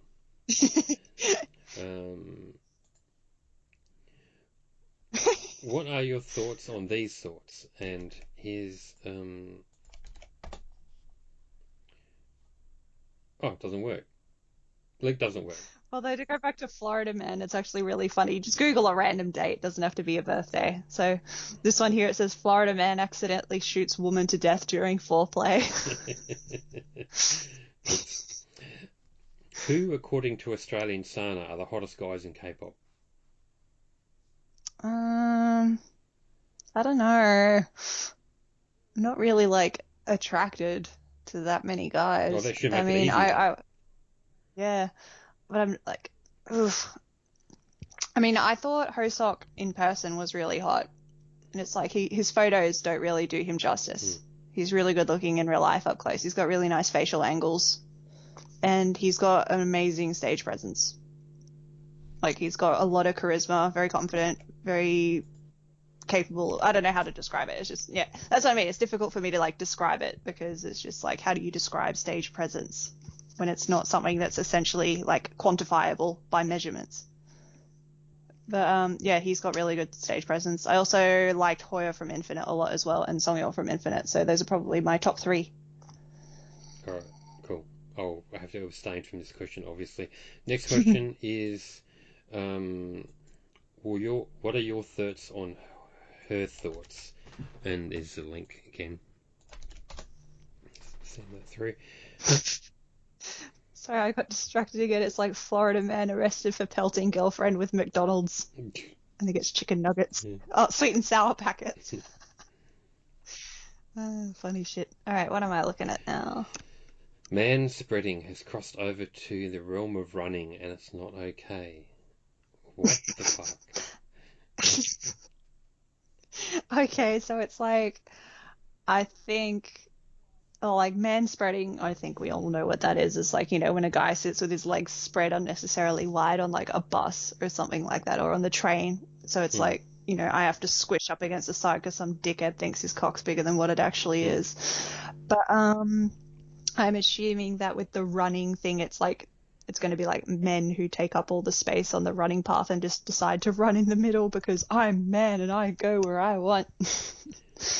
I don't know. I don't run in public, so not my problem.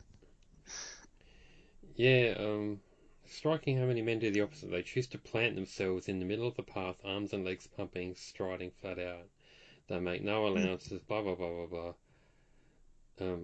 Yeah. I mean, it's just like fit people can be dickheads. Yeah, bicyclists do this too, Oh, fucking Yeah, cyclists. they Just open the car door on their ass. yeah, just push the run into the lake, the runners. Yeah, just like elbow them in the ribs or something. Like, move, bitch, get out the way. Get out the way, bitch, get out the way. Question for AustralianSana: how come V is your favourite member? I thought it was J-Hope, since you find him the most attractive. Ah, there we go. Answered a question from earlier for me. Oh, you answered that already, I think, like, right? well, no, I didn't answer the V part. So basically, like, I think Hoseok's really talented. So, like, by all means, he's still like up there as being one of my favorite members. But he kind of disappointed me when he included Supreme Boy on his mixtape, because like a mixtape is the things that the members actually do have creative control over. And Supreme Boy previously wrote a song about rape for Iron, and Iron went on to be convicted of sexual assault or assault against his ex-girlfriend. So if you're writing rape songs for a woman abuser, then I'm not going to like you. And then if you're putting those kind of people on your personal mixtapes, then I'm not going to be very happy about that. So Hoseok kind of got demoted from that. I still recognize him as being a talented performer, but I probably wouldn't like him as a person very much based on that. But who knows? Anyway, what's the other part? Oh yeah, Taehyung. Tae is, as I kind of talked about him before, I said like he's got a really nice voice. I really like his voice. And I think he's very charismatic as well. He's got a very good stage presence. He's very good with like changing expressions and hitting choreography really like right on point. So like he'll be able to do like a really cute kind of like, he does like really cute emotions, and then he'll like switch in just like a split second and like hit something really sharp. So it's really cool to watch that. And I guess I feel very maternal, Taehyung mom, over him, because when I saw BTS perform in 2017, I went to Mnet Countdown and I was at the side of the stage, and I stood in the area like at the side of the stage, right at the front row where the idols wait before they come out on the stage. So I was essentially front row, BTS less than a meter away from me. So fuck you, armies, I've already won. And like I wouldn't say talk to them, but like you can't really talk because it's like audio playing and cheering and all that shit. But I was able to like communicate with gestures and stuff like that. So yeah, I made eye contact with Hoseok. I won. But with Tae, he was very, very, very tired. And it's kind of like where I get my whole fuck big hit agenda from, because he was so exhausted. He comes out and he's like barely standing up because, they've had like 50 different schedules. This was back during DNA promotions. And then what they do during Mnet Countdown and probably a lot of the other live music shows is you'll have a pre-recorded version that airs on the TV that they've recorded earlier in the day, and then the next performance will be live. So it'll be live, pre-recorded, live, pre-recorded, live, pre-recorded. And when it's time for the people who are pre-recorded to come up on the stage, what they do is they just like stand there and they mark the songs anyway. So they'll still come up on stage even though they're not performing and they don't have to. I think it's done a lot as well for like the fans who are there for the live show. So yay, we get our own little special performance. And the 3 songs they performed that time was Mic Drop, Go Go, and DNA. And during the DNA run through, Tay was very unbalanced and he actually fell over on the stage and it looked like he was collapsing with exhaustion. So that was super worrying to see. And I was like, holy shit, is he okay? Is that guy okay? He's just fallen over on the stage. He's been exhausted the whole time and he's just like stumbled and fallen down. And yeah, he manages to get back up again.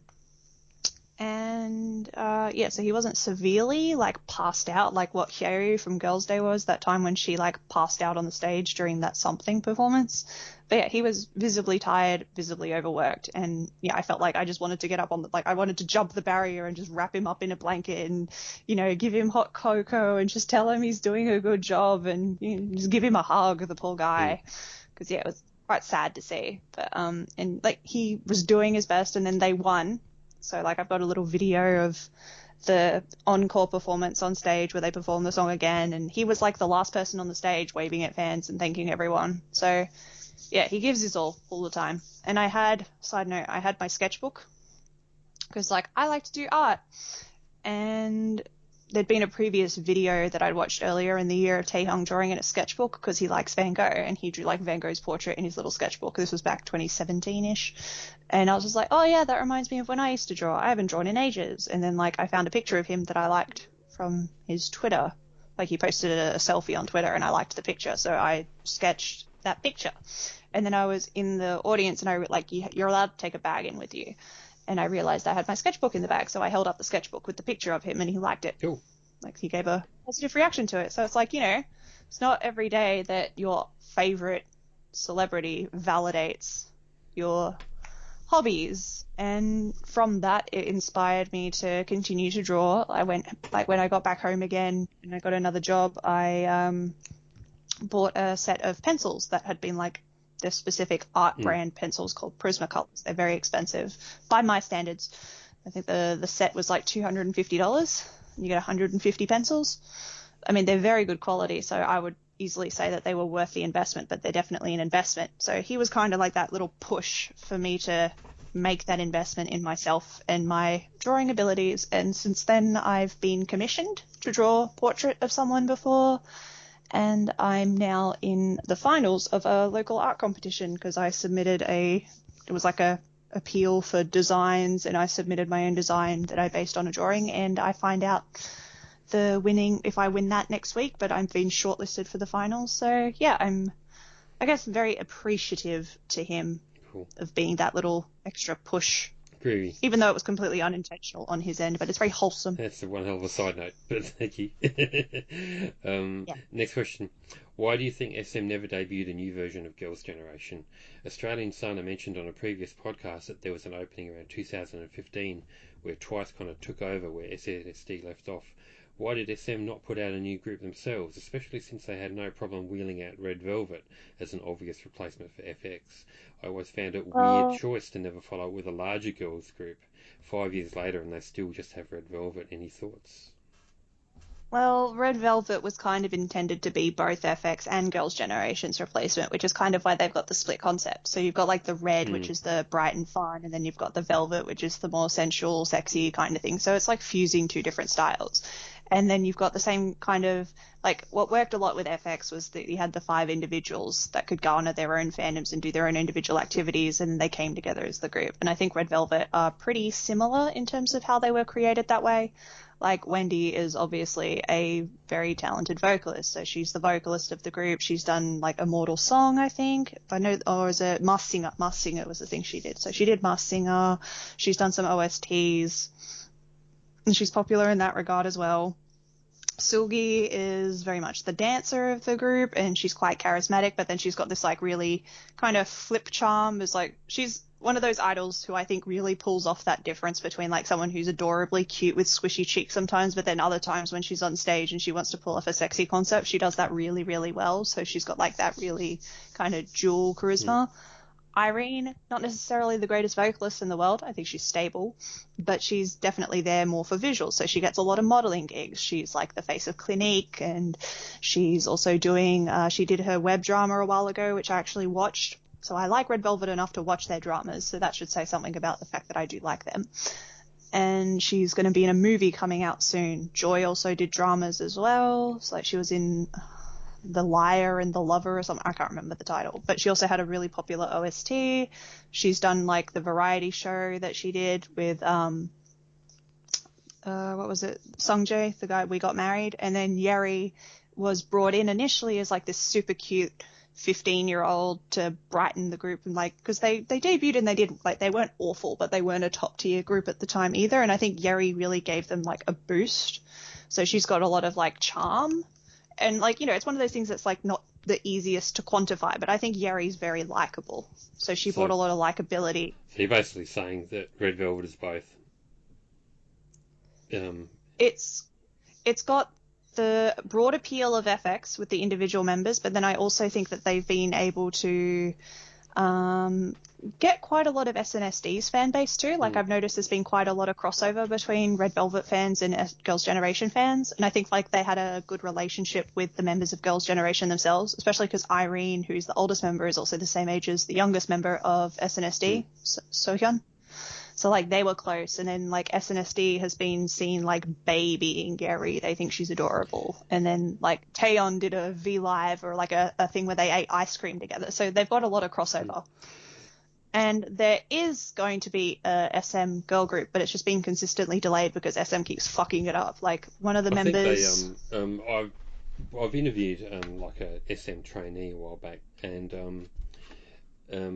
one thing that he mentioned, which was that this was before NCT debuted, and he said to me, "Oh, look, there's so many." He said, "There's so many guys at the moment that I'm not sure how they're going to do the next boy group because there's just like too many good ones." And then we NCT. found out. But then also the other thing he said was, "Look, um, what I'm really not seeing is any possibility of a new girl group coming up soon. SM don't really seem to have that many girls who are any good." He said he was quite surprised that Yeri got into Red Velvet, and but apart from that, he didn't see anyone with any potential. So I think it could also just be SM just struggling to find the Being people. meninists. Um, I mean, yeah, they're definitely struggling to find them mm, because, like, the ones that they had are also leaving. I can't remember her name. I think it might be mm, Hyerim, but she was set to be like one of the. I'm pretty sure she was going to be like the main vocalist. She was part of that SM Rookies, and yeah. she went on that. Like, there was that phase where a couple of them went on the Korean Disney Channel, so she was part of Mm, that. But then I don't know whether it was to do with just her not wanting to be an idol anymore, her getting tired of trainee life and how long it was being dragged out. She eventually left, and she's British, and she's actually stayed friends with Yeri. So Yeri and her actually communicate sometimes either on vlogs or on Instagram. And so Yeri possibly could have been in the other group, but then she got bumped up to Red Velvet because, SM were in a whole lot of mess with rushing out Red Velvet. And then there was Lami. Lami was like that kid who was like 10 when we started seeing teasers of her. So she must be like 16 now. So she's probably she soon to might be debut. And there's earmarked. been Yeah. like Mm. Lami SM. Um, I'm going to send you a link. Oh, apparently Lami's only a former Oh, all trainee. right. Jeez. Wow. Yeah, she's 17 Oh, now. okay. Oh my She got the God. A.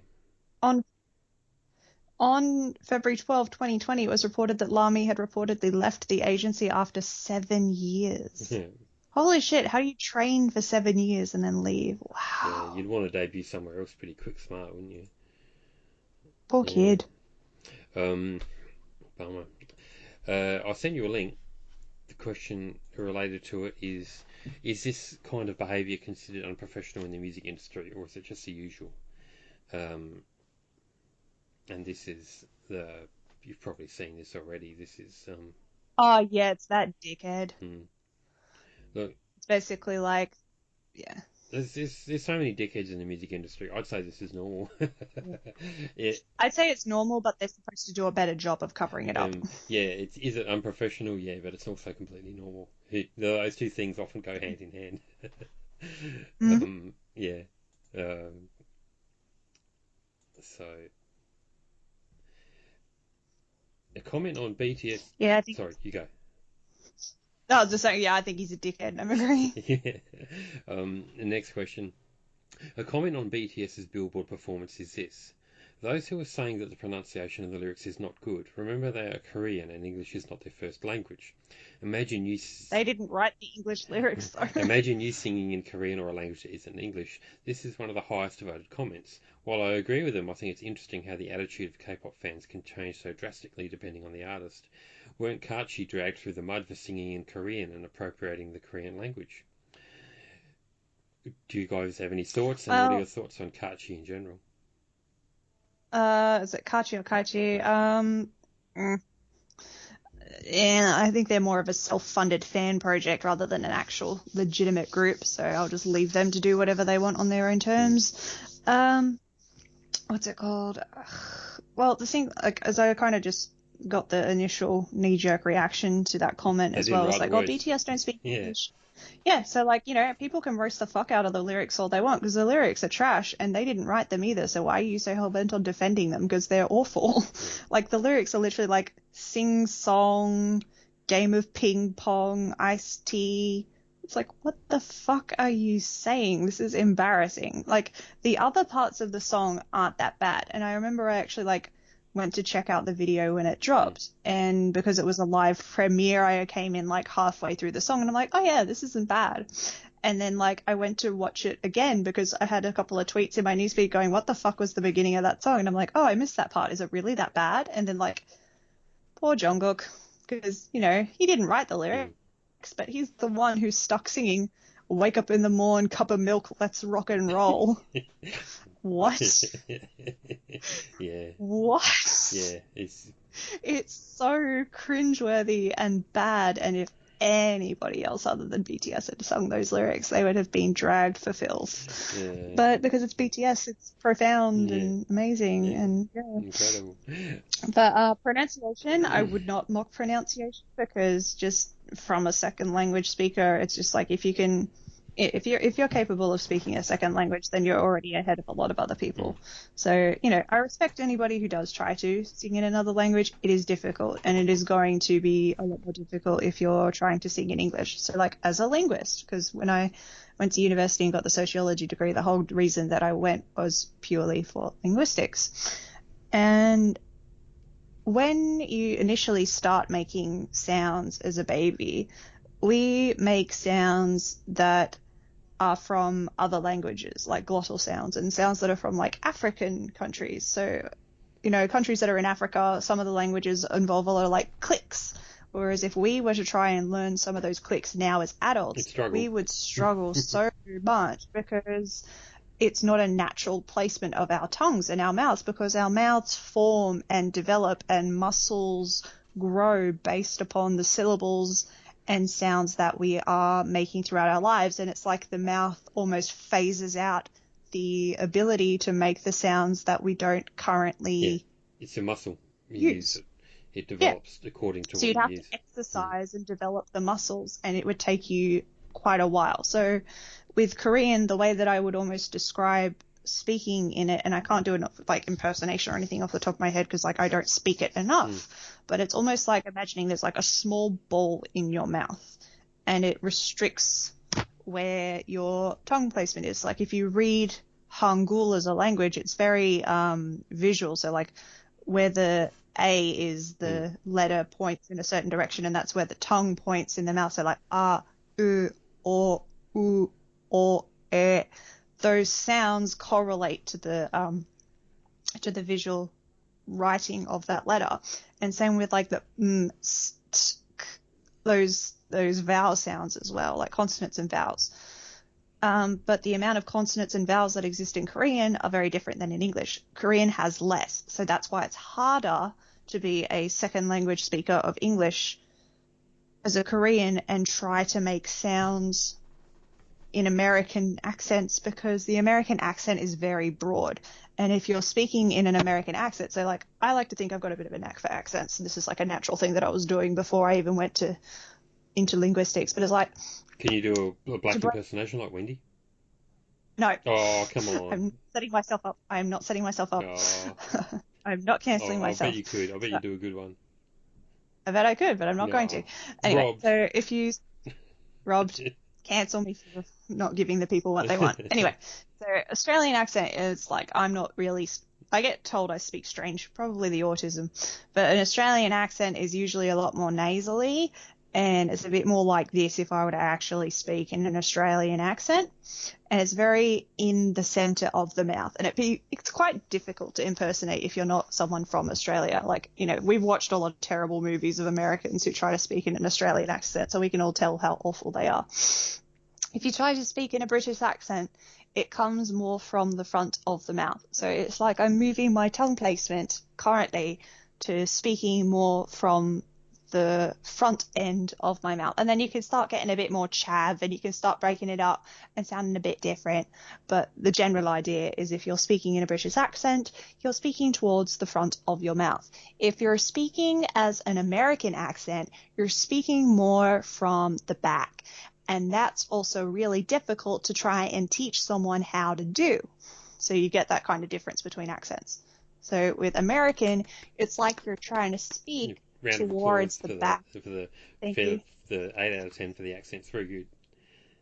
8 out of 10. Yeah, I'd say that's pretty good for no warm up. Yep. And then, like, obviously you go into dialect, so it's like an American accent is then. We get the you idea. get Southern accent, you get Eastern, you get Western. There's so many different types, so it's not like one American accent. It's like all the states almost have their own. Only a few more questions left. Have you ever used a bidet? Cool. Or bidet. Bidet. Bidet. I think bidet is right.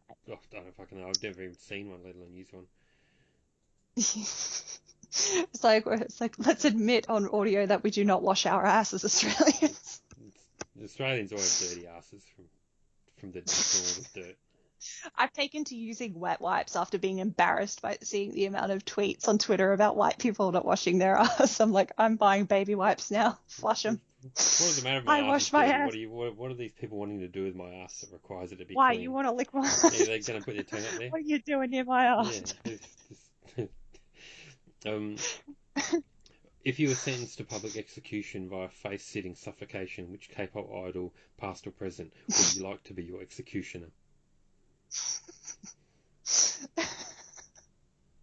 Who's got a fat enough ass? I think I'd like Hwasa from Mamamoo because I think it'd be over fast. You know, it'd be a quick death. It wouldn't be like some skinny girl with small hips, No. and and she's trying to kill you. And you spend like an hour. Like when you hear about people hanging, they hang and the noose doesn't quite work, and they sit there for like half an hour going before they die. It wouldn't be like that. Hwasa would kill you in like 30 seconds. You'd be gone. I'm trying to think of like who's got a muscular ass, because hopefully they could like break my face and make it over even faster. I don't know. I'm not sure. I don't know. Read my ass survey and make a decision. I will. Maybe Wonho, he's the muscular guy. If this is for you, this one, if Kpopalypse took a trip to Gangnam to get prettier for his 20th birthday, which rituals do you think he should have performed? Well, I don't know the before and afters of your face to actually judge what procedures I could recommend. All right, cop out. Next question is this is in relation to your why FX don't have an official fandom video. Obviously outdated now. And the question is, why didn't you make your bed? Because I'm lazy as shit. And I also had to film on the bed as well. So it's like the bed probably was made before I got on it, but then like I have to set up the camera equipment and I'm adjusting and moving stuff around, so that probably ruined the sheets. Yeah, cool. we'll leave it there for this episode. But here's just one last little wrap-up question, which is, and I got a few like this, as I mentioned before this time. Would you consider doing the podcast more regularly? And is there anything us listeners can do to support the podcast or help make it happen more often? Oh, can we set up like a donation page so someone can pay me? um, I mean, I'd like that. if anyone wants to donate. Give me that sweet incentive. Yeah, that could work. Maybe you should set up a Patreon. I already have one, but maybe set up your own and say if you want podcasts, give me $1 a month. Gets you a podcast a month. We should see if there's like, how do we, like, I know there's some people who make money on podcasts, and like, how do we set ourselves up on iTunes? I don't know, just up. I haven't ever tried to put anything on there, but who knows? But anyway, but yeah, look, I think I'll try and do them once a month. That'd be good because they're too long. Like it's like 3 hours or whatever. It's just too long. I get tired. I don't think anybody's going to still be here at the end. Yeah. So you can say what you want. You can, if you want to throw in that Black American impersonation like Wendy, you can do it. No one will hear it because no one's listening. Cunt. I'll just say cunt.